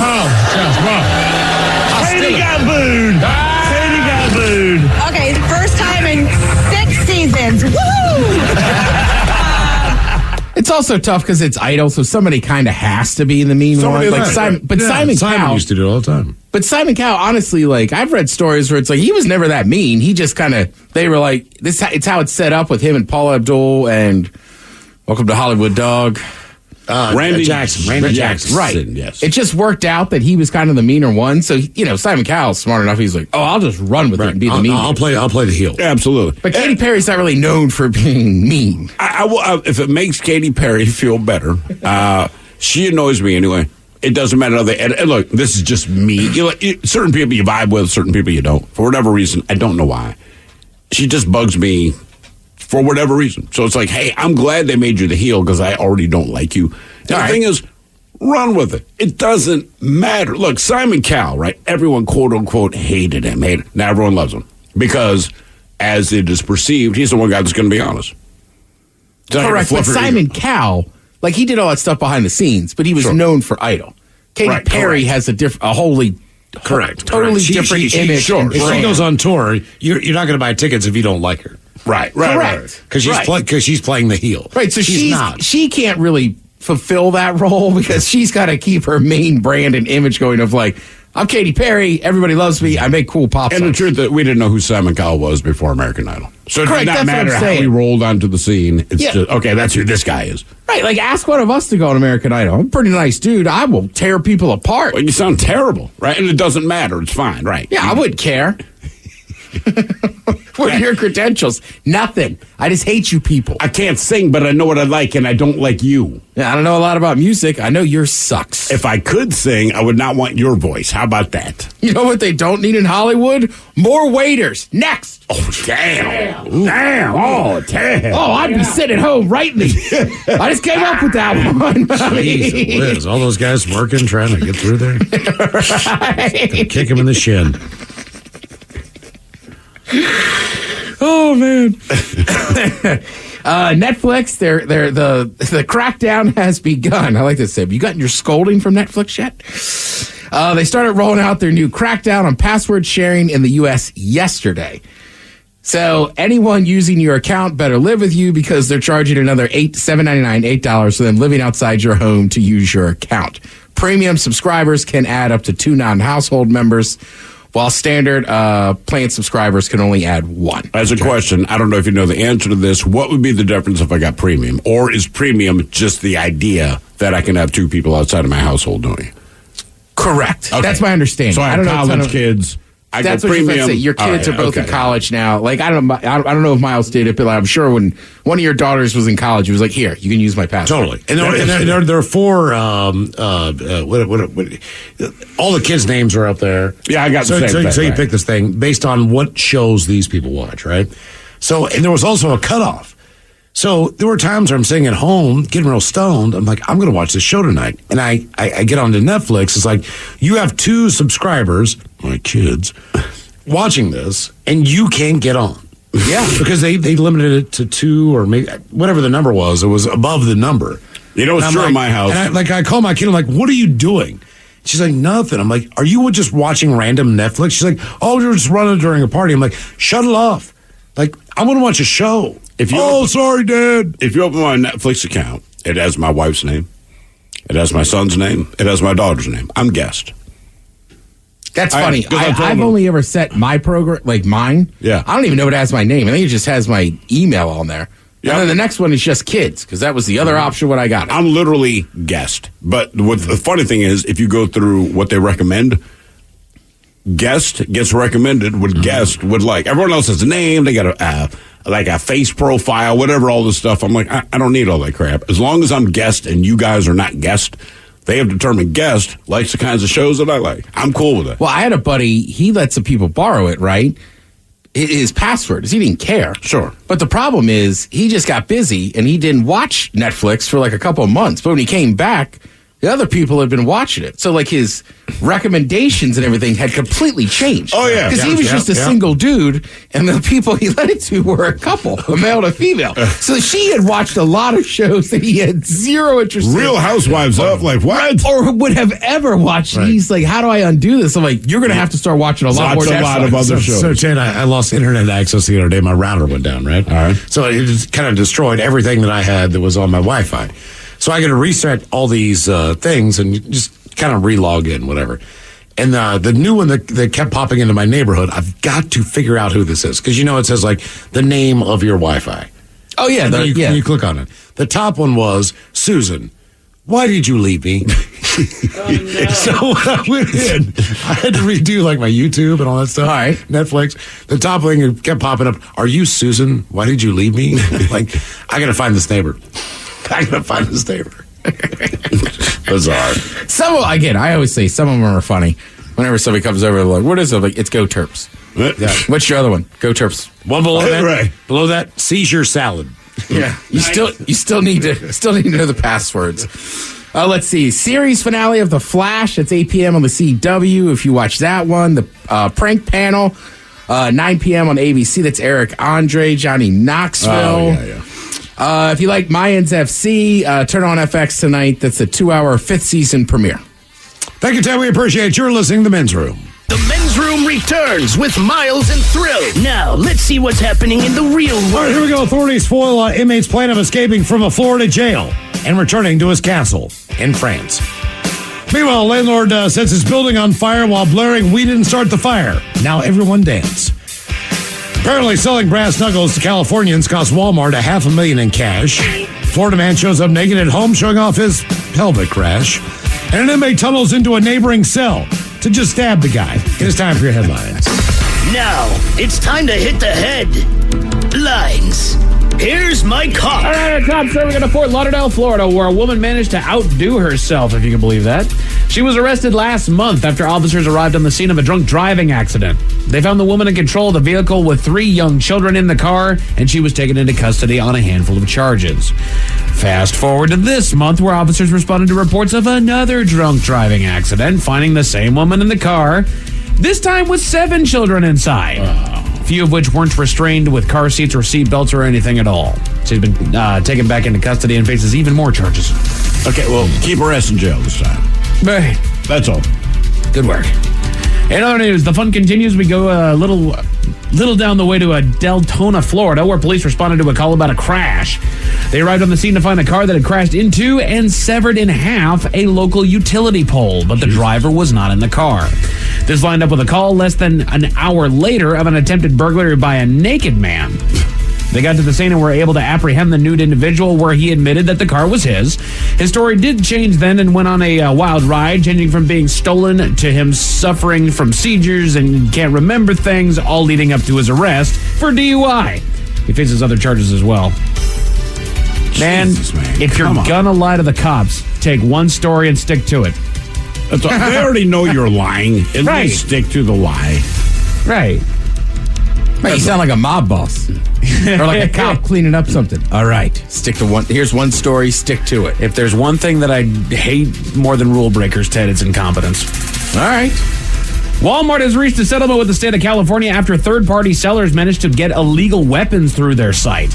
Officials received reports that several consumers were able to purchase brass knuckles on the store's website in the state of California, who has since fined the company $500,000, believing it to be a harsh reminder to all online retailers that they are responsible for what is sold on their sites. You charge Walmart $500,000. Right. That's like me doing something and listen, you give us $1.75 and let that be a lesson. Yeah. Okay. Walmart has agreed to the settlement, but admits no liability or wrongdoing, believing the agreement to be best for all parties involved. Yeah, let's get it out of the news. That's the whole thing. That's pretty much what it is. All right, here's your money. Shut up. And I love that they're standing tall. We fined them $500,000. This billion-dollar company. Yeah, okay. Congratulations. Okay. Hey, well done. Well done. Well done. All right, Billy, stop eating glue. Let's go on to the next thing. You got it. Jesus. They'll never do that again. And that is it for your headlines. With that, Mike Hawk is out. Thank you, sir. We appreciate it. Tomorrow, the return of Ted's Mean Potatoes Crab Feast on Ted tomorrow. Oh, man. Thank you, Ted, in advance. Big Dummy's back. Yeah. All the things. Taryn Daly's up next. Hey, mate, shout out to the Iron Pig. Gotta say that much. In the meantime, we be all about this bitch for 180 seconds or so. So until then, please do what you do best for our leaders. Stay beautiful. Before a live studio audience. Wardrobe and makeup provided by Mantastic Limited. This has been a presentation of the Men's Room Radio Network. Oh, man! A Double Flush production. Start summer with a $500 Visa gift card. NC Machinery is offering big rewards on small excavators. Grab a Cat Mini excavator and demolish jobs. Dig deep or move material with the smallest line of Cat products. Do more with less. That's right, small is big right now. Big rewards and big savings for your pocket. For a limited time, NC Machinery is offering a $500 Visa gift card, as well as financing of 0% for 36 months for qualified buyers. Now is the time to reward yourself. Terms and conditions apply while supplies last.